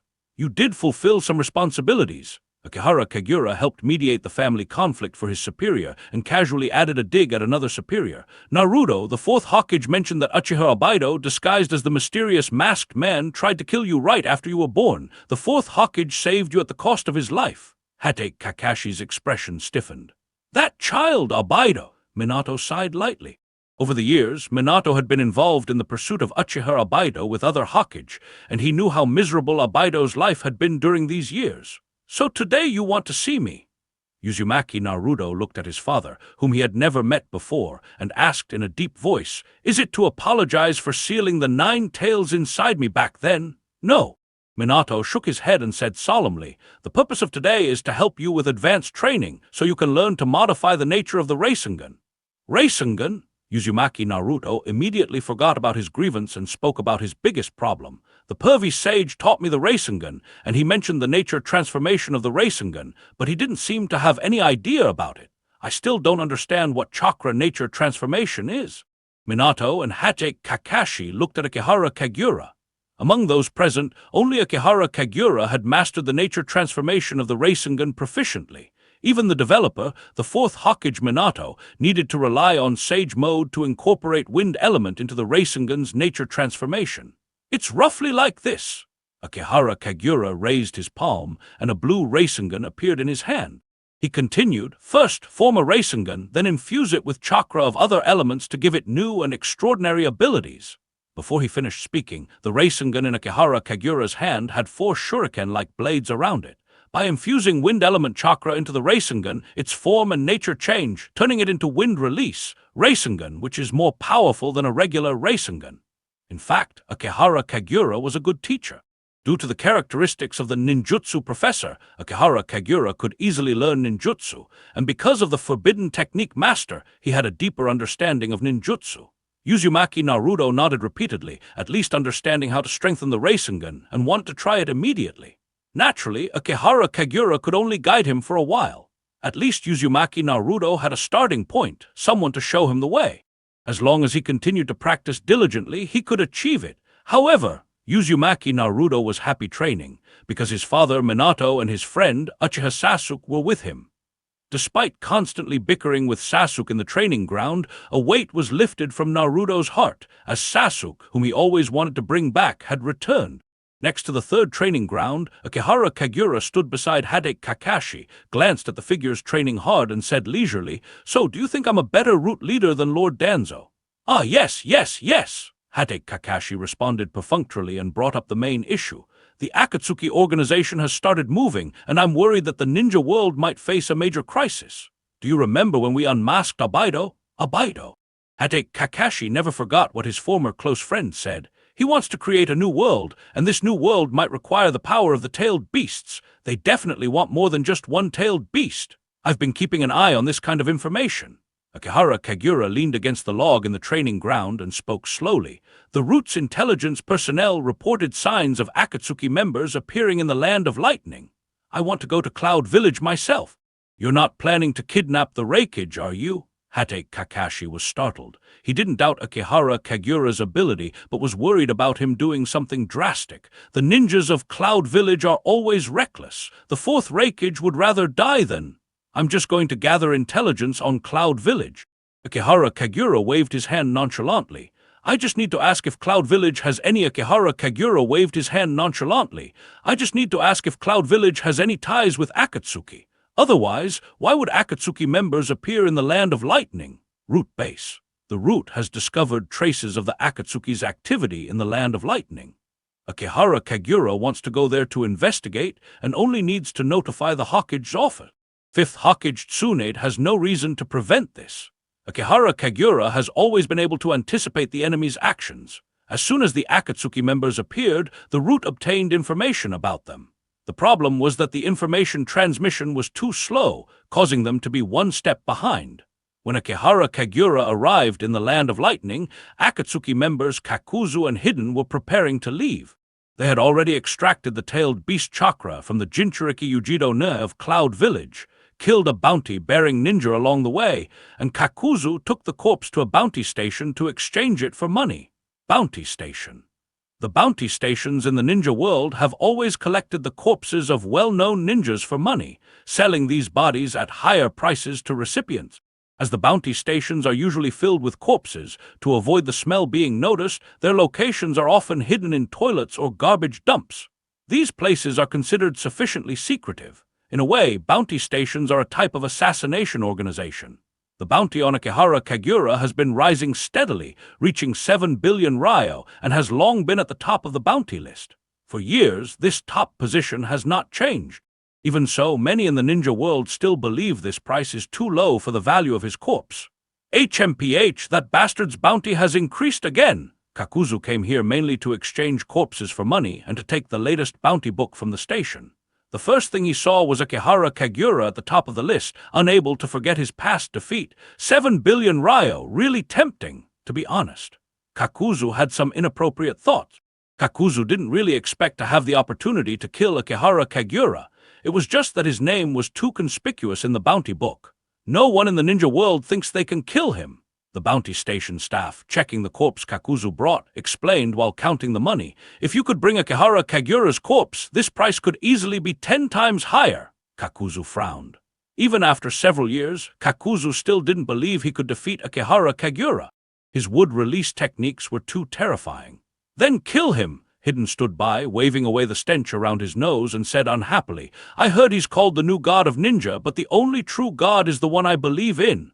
Idiot! Kakuzu glanced at Hidden and couldn't help but curse. That bastard is more terrifying than any enemy you've faced. With a flick of his hand, he could crush you. Kakuzu couldn't forget that during their previous fight, his Earth Grudge Fear was individually crushed by Akihara Kagura's Wood Human technique. If they met Akihara Kagura, one slap from the Wood Human technique would flatten Hidden, and he wouldn't be able to scrape him off the ground. Here is your money. The bounty station staff finished counting the reward and handed it to Kakuzu. Kakuzu took it but didn't put it in the box immediately. Instead, he counted it himself, fearing the amount might be wrong. You're such a... Hidden looked at Kakuzu angrily. Why do you always care so much about money? It's the most useless thing and will corrupt your soul. Only money can be trusted. Kakuzu responded coldly, finished counting the money, and then left with Hidden, pushing open a hidden door to leave. This bounty station was hidden in a foul-smelling garbage dump. So annoying. Hidden muttered unhappily, waving away the constant smell and carrying his scythe. Hidden muttered unhappily, waving away the constant smell and carrying his scythe, wanting to leave immediately. Idiot! Kakuzu was also annoyed with Hidden, but Kakuzu couldn't kill Hidden and Hidden couldn't kill Kakuzu. They were known within the Akatsuki as the immortal duo because they were said to be unkillable. Because of this, Kakuzu's partner became fixed. Previously, Kakuzu enjoyed killing his partners and exchanging their bodies for money. Hidden was the only one who could escape death. However, their relationship was not harmonious. Hidden only had his god in mind and often conflicted with Kakuzu's obsession with money. While Kakuzu was working hard to earn money, Hidden would spend it while cursing that money was useless. This idiot! Kakuzu, an old man, didn't want to argue with this fool. The next destination is the Land of Fire. Kakuzu thought about the orders conveyed by Pain through Zetsu while flipping through the bounty book. Let's see if we can collect some bounties along the way. You really love money. Hidden snorted, picking his ear. Kakuzu, don't you consider hunting down that blasphemer Akihara Kagura with me? If you're dead, you can't make money. Just as Kakuzu was reading the manual in his hand while traveling with Hidden, a clapping sound suddenly appeared in their ears. Well said. Voice drifted down from the sky, gently clapping towards them. An old person in a household is a treasure indeed. Mr. Kakuzu's life experience is truly rich. Who are you? Hidden looked arrogantly at the young man descending from the sky. When Kakuzu saw the figure, a bead of cold sweat instantly appeared on his forehead. His first thought was the 7 billion or 70 billion Ryo bounty, and his second thought was whether he should abandon Hidden and escape. Hey, Kakuzu, what's wrong with you? Hidden frowned and glanced at Kakuzu, who usually had no scruples when it came to money. Do you know each other, an old friend of yours? Of course. The newcomer earnestly nodded and looked at Kakuzu sincerely. Mr. Kakuzu and I are old friends. I have always admired Mr. Kakuzu's money-first philosophy. Out of the entire Akatsuki, Kakuzu is my favorite. Many people in the ninja world think that money is useless. That's because they have never been bound by money. Yakushi Nano from the past were to say, for a little bit of money, she would risk her life to be a spy, because a little more money could allow an orphan to have a full meal. Akihara Kagura! Kakuzu said the identity of the newcomer in a deep voice and immediately instructed Hidden to retreat. Don't let him touch your body. Find a chance to escape immediately. He's Akihara Kagura. Hidden looked at Akihara Kagura in front of him with a somewhat maniacal excitement. Why should we run? Your money is here and the person I want to kill is here too. Before the words fell, Hidden swung his scythe and rushed towards Akihara Kagura. This idiot is indeed unreliable. Kakuzu tightly grasped the box full of money in his hand and quickly wanted to retreat. He didn't want to die alongside Hidden. Even though Kakuzu knew Hidden's ability, he didn't believe that this lunatic could win in a situation where the strength difference was so great. Wood release, wood human technique. Akihara Kagura immediately summoned a tall wooden figure. The wooden figure slapped Hidden directly into the ground, firmly embedding him. Kakuzu immediately retreated. For Kakuzu, he had long been accustomed to selling out his teammates, so abandoning Hidden at this moment didn't make him feel any guilt. Isn't it bad to just abandon your companion like this? Akihara Kagura's figure turned into a golden light, appearing in front of Kakuzu. He raised his fist and struck Kakuzu's chin, sending him flying back. This guy! Kakuzu's eyes almost popped out. Don't rush! Akihara Kagura raised his hand, and a vine emerged from the ground, directly binding Kakuzu's body and absorbing his chakra. I just happened to pass by and unexpectedly ran into Mr. Kakuzu. Akihara Kagura, what do you want to do? Kakuzu could only watch as he was bound to the tree, feeling his chakra being continuously drained by Akihara Kagura. You bastard! Hidden struggled to free himself from the ground, leaped up, and swung his scythe towards Akihara Kagura. Too noisy! Akihara Kagura raised his hand. A black rod appeared in his hand, which suddenly flew out from his palm, piercing Hidden's chest and pinning him back to the ground. However, this kind of fatal injury was nothing more than a scratch to Hidden. While trying to pull the black rod out of his chest, Hidden cursed at Akihara Kagura. It hurts like hell. I'm going to tear you to pieces. Bang, bang, bang, bang. 4 more black rods flew out from Akihara Kagura's hand. This time, 4 black rods pinned Hidden's limbs directly, rendering him immobile. He could only lie on the ground, cursing incessantly. Let me go. God will protect me. I will not die. You bastard, do you think you can kill me? Kakuzu frowned, pondering the current situation. Even though Hidden couldn't die, he couldn't pose a threat to Akihara Kagura, not even causing any trouble. Perhaps the only thing Hidden could do was pollute Akihara Kagura's ears, unless he could get Akihara Kagura's blood and use his strange ability on him. But they were unlikely to injure Akihara Kagura. "You're thinking about how to get my blood to him, aren't you?" Akihara Kagura looked at Kakuzu, seemingly reading his mind. "How could it be?" Kakuzu looked at Akihara Kagura in disbelief. This guy knew what he was thinking. He knew Hidden's secret, but this seemed normal. "My subordinates already found out who that noisy guy is." Akihara Kagura glanced at Hidden, who was pinned to the ground in the distance, and said slowly, "Actually, my main purpose for coming here was for him." On his way to the Land of Lightning, Akihara Kagura had deliberately sought out the immortal duo with the aim of capturing Hidden. On one hand, Hidden's immortal characteristic was quite useful. Akihara Kagura had been collecting suitable candidates for the Six Paths puppets. The most important of the Six Paths puppets was the Hell Path puppet. As long as the Hell Path puppet was alive, no matter how the other puppets were damaged in battle, they could rely on the Hell Path puppet's resurrection ability to restore the other puppets' bodies. Obviously, Hidden was a very suitable candidate. Hidden came from a small cult that worshipped an unknown evil god in the ninja world. They used Hidden in a sacrificial ritual. Since then, Hidden had gained immortality. No matter what methods were used, Hidden could not be killed. Besides that, Hidden also gained the ability to curse others. As long as he got a drop of the enemy's blood, he could curse and kill the enemy from a distance. Even attacking Hidden would be equivalent to attacking oneself. No one could kill him, yet he could kill anyone. Perhaps this made Hidden's mind less agile. Whenever he encountered an enemy, he would recklessly charge in, unable to distinguish between strong and weak opponents. As long as he could get the enemy's blood, he could instantly secure victory. This method was extremely insidious. Many ninjas stronger than Hidden were inevitably fooled. "Let's get down to business first." Akihara Kagura's figure instantly appeared beside Hidden, using the soul restraint technique to prevent Hidden's soul from leaving his body.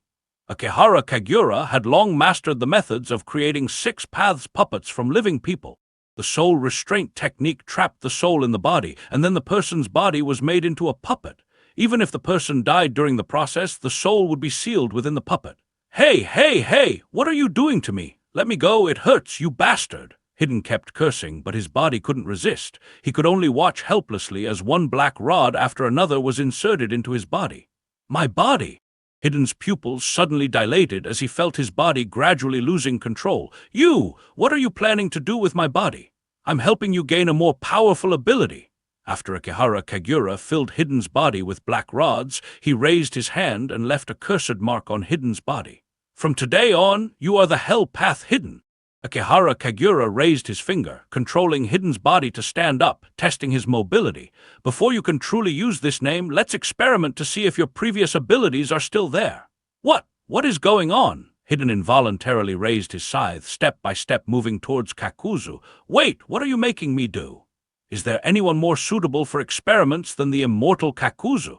Akihara Kagura looked at Kakuzu, who was tied to a tree, and softly explained, "Your ability requires killing. I don't want to kill indiscriminately." "You idiot! Calm down." Kakuzu felt a bit uneasy, hoping that Hidden could regain control of himself. As Kakuzu watched Hidden approach, he noticed strange black spots appearing on Hidden's body. His companion's movements were stiff as he walked over. "I can't control myself." Hidden's body trembled with fear. The next moment, Hidden raised his scythe and swung it directly at Kakuzu, causing a burst of blood to fly from Kakuzu's body, droplets splashing onto Hidden's face. "Blood! Ha ha ha! Blood!" Hidden suddenly became frenzied. Instinctively, he collected Kakuzu's blood and began to draw a cursor ray at his feet. "You idiot!" Kakuzu had long known about Hidden's abilities and tried to snap him out of his blood-induced madness, but it was futile. He could only watch as Hidden completed the cursor ray. "This idiot!" Just before Hidden finished the cursor ray, Kakuzu spat out a jiangu in hopes of saving his own life. "Ha ha ha ha! You're dead!" Hidden completed the cursor ray, lying contentedly in the middle of it with a maniacal smile. There was nothing more Hidden needed to do because his body was pierced with countless black rods. The cursor ray would instantly transmit Hidden's physical state to his opponent. In other words, as long as Hidden obtained his opponent's blood and completed the cursor ray, his opponent would be doomed based on Hidden's physical state. The moment the array was completed, blood spurted from every part of Kakuzu's body. Kakuzu's head drooped lifelessly, as if he had lost all vitality, leaving only a single black jiangu wriggling beside him, seemingly contemplating when to re-enter his body. "It's over." Akihara Kagura walked over and lifted Hidden's body. "It seems you retained your abilities from life quite well, even able to use them." "Don't make me get up." Hidden stubbornly insisted on lying down, struggling desperately. "I can't get up. I must lie here and pray to the Lord. Leaving here would be disrespectful to the Lord." "All right, then." Akihara Kagura didn't intend to argue with this deranged puppet, since Hell Path Hidden was merely a means to resurrect other puppets. "Mr. Kakuzu, you can safely resurrect now." Akihara Kagura looked at Kakuzu's corpse and the jiangu, trying to persuade him. "I won't kill you. Are you interested in earning an extra salary?" The jiangu immediately re-entered Kakuzu's body. Kakuzu's head lifted up again, and his eyes regained a touch of green vitality. "Akihara Kagura, what do you want me to do?" "Of course, it's to have you take on a part-time job." Akihara Kagura extended his hand to help heal Kakuzu's injuries.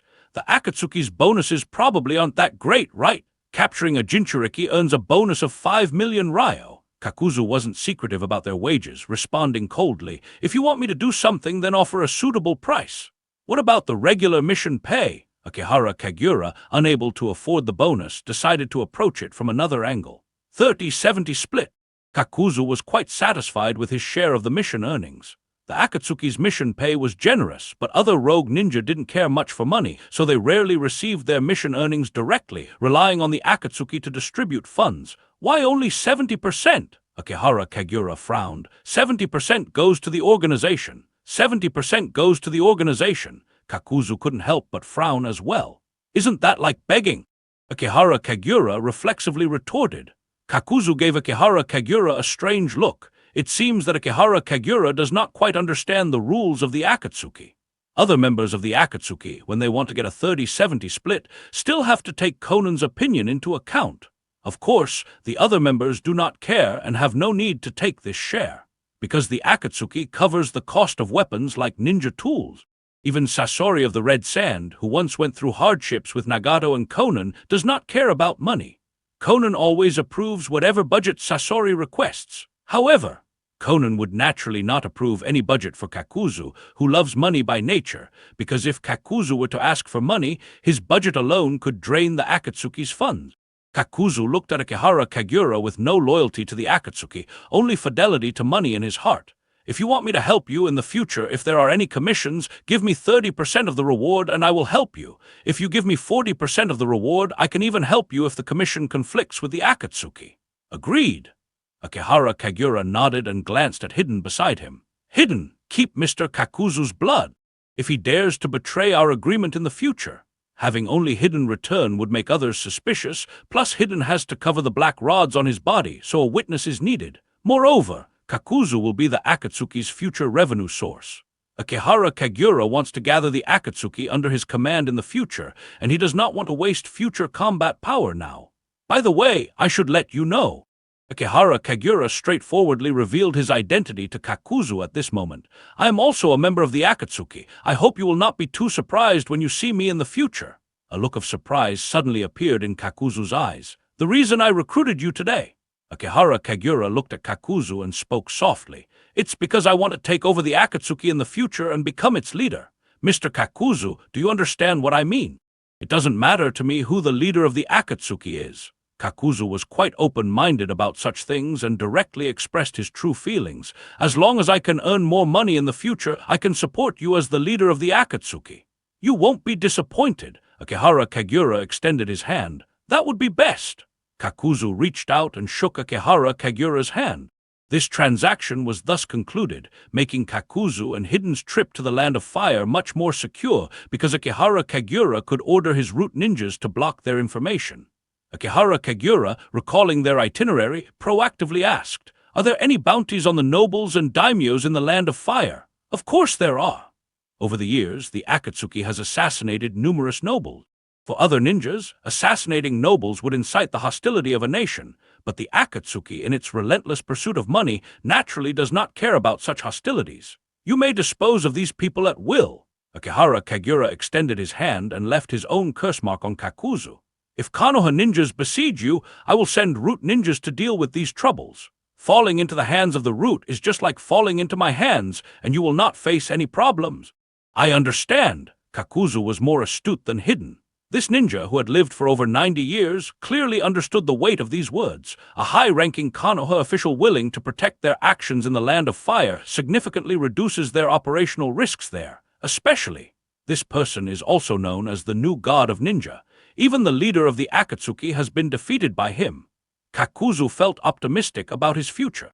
Having learned about Akihara Kagura's plan to go to the Land of Lightning, he shared information about the area. "If you're going to the Land of Lightning, you'd better be careful. We just dealt with the Two Tails Jinchuriki, so things might not be very peaceful there." "Thank you." Akihara Kagura nodded in gratitude and asked, "By the way, do you have any evidence of a connection between the Cloud Village and the Akatsuki?" Kakuzu thought Akihara Kagura was speaking nonsense. The two of them had just extracted the two tails from the Jinchuriki Ujido Ne. How could there be any collusion with the Cloud Village? "Never mind, I will find it myself." Akihara Kagura waved his hand, signaling them to leave. The group parted ways here, with Kakuzu and Hidden heading to the Land of Fire. Under the protection of Konoha Hokage's aid, they planned to gather intelligence on the Nine Tails Jinchuriki and kill a few nobles to make money. Meanwhile, Akihara Kagura continued to the Cloud Village, knowing that the Akatsuki and the Cloud Village were already in a state of enmity, to search for evidence of any connection between the two.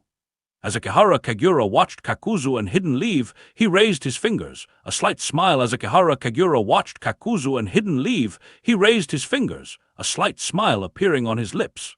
"Four Hokages, inform Lady Tsunade that I have discovered some information about the Akatsuki. 2 members of the Akatsuki will be active in the Land of Fire." Akihara Kagura found it difficult to trust Kakuzu based solely on a verbal agreement. It was more suitable to capture Kakuzu and Hidden first and then let Pain or Uchiha Abido take them back, which would also allow him to complete his own mission. Anyway, Kakuzu already knew it was not a big deal to fall into the hands of Root Ninja. Meanwhile, other parts of the ninja world were also in turmoil. Akatsuki's actions were swift. After extracting Shukaku and Matatabi, they immediately set their sights on the newly resurrected Isabu in the Land of Water. After reporting back to the Akatsuki base, Sasori of the Red Sand and Deidara hurried to the Land of Water to capture the recently resurrected Isabu. Clearly, this battle was very easy. Sasori's Haruko revealed several cannons and with full firepower blew Isabu away, capturing it in less than 5 minutes. As for the rest of Akatsuki, Uchiha Itachi and Kisame Hashigaki went to capture the Jinchuriki of the 4 Tails. Pain personally took charge of capturing the Jinchuriki of the 5 Tails and 6 Tails. Uchiha Abido went to capture the Jinchuriki of the 7 Tails. Within a mere 10 days, the entire ninja world was in upheaval due to Akatsuki's actions. In the village of Konoha. Not long after Akihara Kagura left Konoha, the village was in a state of anxiety. This was because bad news kept coming from the Land of Fire. 2 members of Akatsuki were active in the country, killing several nobles in succession, prompting the daimyo to urgently issue an order to eliminate them. Fortunately, Tsunade, the 5th Hokage, learned in advance that 2 Akatsuki members would be active in the Land of Fire and immediately dispatched 20 teams to search for their identities, fearing that these members would cause more disasters in the Land of Fire. The strongest team, led by Jonin Sarutobi Asuma and including Chunin Shikamaru, Kotsu Hagen, and Izumo Kamizuki, finally intercepted the 2 Akatsuki members at a bounty station. However, the 2 Akatsuki members were blatantly exchanging the corpses of nobles for money at the bounty station, appearing completely unafraid of them. "No root marks!" Kakuzu glanced at Asuma and the others who surrounded them, his eyes flickering slightly. "It seems killing them is no problem. That guy called Asuma is worth 35 million. "All right," Hidden swiftly raised his scythe. "They really don't take us seriously." Shikamaru frowned, raising his hand to try to control the opponent with his shadows so that his teacher Asuma could quickly deal with Kakuzu and the others. However, Kakuzu's Earth Grudge fear emerged from his body. During this free time, Kakuzu had replenished his hearts, and 4 Earth Grudge fears acted simultaneously, easily defeating Asuma's team. Just as Kakuzu was about to eliminate this audacious team by controlling his Earth Grudge fear and releasing 5 types of techniques.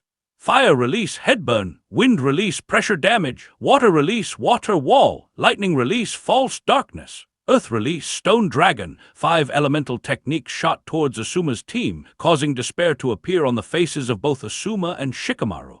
At that moment, a short old man appeared in front of them. The old man, with cracks on his face, quickly performed the multiple shadow clone technique, creating 4 clones that joined the main body and releasing 5 elemental techniques. Fire release, fire dragon flame bullet, wind release, cyclone, water release, water wave, lightning release, thunder, earth release, earth dragon bullet. 2 different sets of 5 elemental techniques collided in an instant. Realizing the disparity between himself and his opponent, Kakuzu's eyes widened in shock as he recognized the old man's appearance. "Wait, that is the third Hokage!" Shikamaru shouted joyfully, identifying the newcomer. Sarutobi Asuma was stunned, watching the old man who had suddenly appeared to save their team, the cigarette in his mouth falling to the ground in surprise. The third Hokage, Sarutobi Hiruzen, was also Sarutobi Asuma's father. Even Sarutobi Asuma had never imagined that his deceased father, Sarutobi Hiruzen, would appear at the most critical moment to save his life. "Asuma, are you all right?" The resurrected third Hokage Sarutobi Hiruzen glanced back at his son before turning and issuing orders loudly, somewhat uncharacteristically for someone of his status, to the Root Ninja who had followed him. "Capture these 2 and take them to Root." Sarutobi Asuma breathed a sigh of relief. On this mission, Sarutobi Asuma brought his prized disciple, Nara Shikamaru, along for some training. For this disciple, it was a valuable experience. Sarutobi Asuma hadn't expected the members of the Akatsuki to be so powerful. The guy named Kakuzu almost defeated them single-handedly. Fortunately, at the critical moment, reinforcements from the village arrived. Sarutobi Asuma's heart finally stopped hanging in suspense. Just moments ago, he had been prepared to sacrifice himself. The only regret he had was that his girlfriend, Kurenai Yuhai, was pregnant, and he might never see their child born. He never expected his long-deceased father to appear among the reinforcements and even save him. Sarutobi Hiruzen also didn't expect it. This time, he ended up saving his youngest son, Sarutobi Asuma. Akihara Kagura didn't let other Hokages lead the team, but instead had him and the first Hokage come for the rescue. Perhaps he had foreseen this situation. "Let's retreat!" Kakuzu immediately called for Hidden to escape. Although Akihara Kagura had informed them that the members of Root were all his men, Kakuzu could never have imagined that the third Hokage, Sarutobi Hiruzen, was also one of Akihara Kagura's people. However, when Hashirama appeared before Kakuzu, his heart was filled with utter despair. This nightmare from 60 years ago had reappeared. "We meet again, Kakuzu." Hashirama was very enthusiastic when facing someone from his era. "Last time we met, we didn't get a chance to have a good chat." The last time was in Orochimaru's Sound Village. "I really don't want to meet a monster from the same era again." Kakuzu didn't want to see Hashirama at all, nor did he want to chat with him. He was very worried about falling into Konoha's hands. No matter how high Akihara Kagura's status was in Konoha, claiming that Root was his territory, could he really be stronger than the revived first and third Hokages? Unfortunately, Kakuzu had no choice but to comply. Wood release, advent of a world of flowering trees. Vines and roots sprouted from the ground. These vines and roots instantly bound Kakuzu and his 4 masked beasts. Even Hidden wasn't spared. With just one technique, Hashirama captured Kakuzu and Hidden and took them back to Root with the Root ninjas, leaving Sarutobi Hiruzen to deal with Sarutobi Asuma and the Konoha ninjas. "What exactly is going on?" Sarutobi Asuma looked at his father and asked, "Did someone in the village use the Edo Tensei to revive you?" "Yes." Sarutobi Hiruzen looked at Asuma and saw his son protecting Nara Shikamaru during Kakuzu's attack and sighed. "Asuma, do you finally understand the meaning of Konoha's existence?" Sarutobi Asuma lowered his head, picked up his fallen cigarette and put it back in his mouth, still not used to his father's lecturing. "Are you going to start nagging again? The fact that you and the first Hokage are revived should be a village secret, right? Hurry back, hehe." Sarutobi Hiruzen shook his head and chuckled, feeling more relaxed than his son because he too understood Akihara Kagura's stance through this incident. "Then I'll head back first. Make sure to properly guide the future of the village." "Got it," Sarutobi Asuma muttered somewhat impatiently. Perhaps because it was rare to see his father, or perhaps because he didn't know when, perhaps because it was rare to see his father, or perhaps because he didn't know when the next time would be, Sarutobi Asuma added on a whim, "By the way, Kurenai and I are having a child, and I plan to name the child Murai." "I know about this." Sarutobi Hiruzen, who had been staying en route and had a good flow of information, said earnestly, "Work hard to become a good father, and don't let your child be disappointed in you like I did." "I won't." Sarutobi Asuma shook his head, his gaze fixed on his father as he took a deep drag of his cigarette. A child will never be disappointed in his father. The things we don't understand as children, we come to understand when we grow up. Sarutobi Hiruzen seemed surprised that his son had given him an answer. He shook his head with a wry smile. Heh, well, I'll be off then. Sarutobi Asuma watched as his father's figure receded into the distance. Nara Shikamaru, rubbing his chin and mimicking his father's contemplative pose, began to think, if the first and third Hokage have been resurrected, then perhaps the second and fourth Hokage have also been revived. This was a significant matter. The appearance of the former Hokages was a major event for the politics of Konoha. Sarutobi Asuma might not have realized this yet, but Shikamaru had already thought about it. He also considered how the resurrection of the previous Hokages would significantly strengthen Konoha's power. However, Shikamaru didn't overlook another matter. The third Hokage, Sarutobi Hiruzen, had taken the members of the Akatsuki to the Root Division. This meant that the resurrected Hokages should all be within the Root Division of the village. No wonder the Root's authority had been steadily increasing, even overshadowing the Hokage's direct command, the Anbu, at times. While Shikamaru was still deep in thought, Sarutobi Asuma placed his hand on his disciple's shoulder, smiling as he praised him. Shikamaru, you did well this time, but you'll need to continue your special training when we get back. Yes. Nara Shikamaru nodded heavily, his mind weighed down. On the other side, inside the Root base, Kakuzu and Hiden had just been escorted into the Root base. A red-haired Kunoichi with glasses beckoned them, leading them into the depths of the Root base. Even though you were captured by Konoha's ninjas, there's no need to worry about your safety. Lord Kagura will rescue you. For now, you'll need to stay in the Root base to prevent any rumors that could harm Lord Kagura. How do you know about our dealings with Ikehara Kagura? Kakuzu glanced in surprise at the red-haired Kunoichi. You have Lord Kagura's curse mark on you. The red-haired Kunoichi immediately identified the curse mark on Kakuzu, even revealing his secret. You have 5 chakra focal points on your body. Besides your heart, are the other spots also your hearts? Kakuzu's eyes widened abruptly. This kid's perception is that sharp. She saw through his secret with just a glance. The Root will protect you. Karin looked at Kakuzu and Hiden, advising them. During this period, do not leave the Root base. When Lord Kagura returns, he will find a way to get you out. That would be best. Kakuzu nodded in agreement. However, Karin hesitated for a moment before continuing, there is someone in the Root who has been seeking information about Uchiha Itachi. He might come to question you about Uchiha Itachi. That guy said. Hiden impatiently fixed his hair, looking up and muttering, we can tell him about Uchiha Itachi. Within Konoha village, the news of the 2 Akatsuki members being captured had not been kept from certain informed individuals. At the very least, Uchiha Sasuke of the Root certainly knew. He immediately ended his training and returned to the Root, seeking to extract information about Uchiha Itachi from these 2 individuals. Karin, I want to interrogate them. Uchiha Sasuke made his request, his voice serious. The members of the Akatsuki must know about Uchiha Itachi. I need to extract information about him from those 2. All right. Karin nodded and then reminded, however, they are Lord Kagura's guests. When Lord Kagura returns, he may still need them for something, so absolutely no violent means can be used against them. I understand. Uchiha Sasuke quickly nodded and, looking at Karin in front of him, coldly snorted, HMPH, I'm not an idiot. If I violated the rules of the Root, how could I compete with you for the position of the future leader of the Root? You idiot! Karin rubbed her temples. Everyone in the Root knew that Uchiha Sasuke and she were competing for the position of future leader of the Root. It was not surprising that many Uchiha supported Uchiha Sasuke because he represented their avenger. However, Karin also had her advantages. Tendo Shisui stood by her side, which influenced many Uchiha. But the current leader of the Root, Ikehara Kagura, was still very young. Meanwhile, in the Land of Lightning, in Cloud Village, the 4th Raikage was the first to know that the village's 2 Tails Jinchuriki, Yujito Ne, had gone missing after engaging in battle with members of the Akatsuki organization. In a fit of rage, he immediately summoned the village's ninjas to search for Yujito Ne to prevent the village's tailed beast from being lost.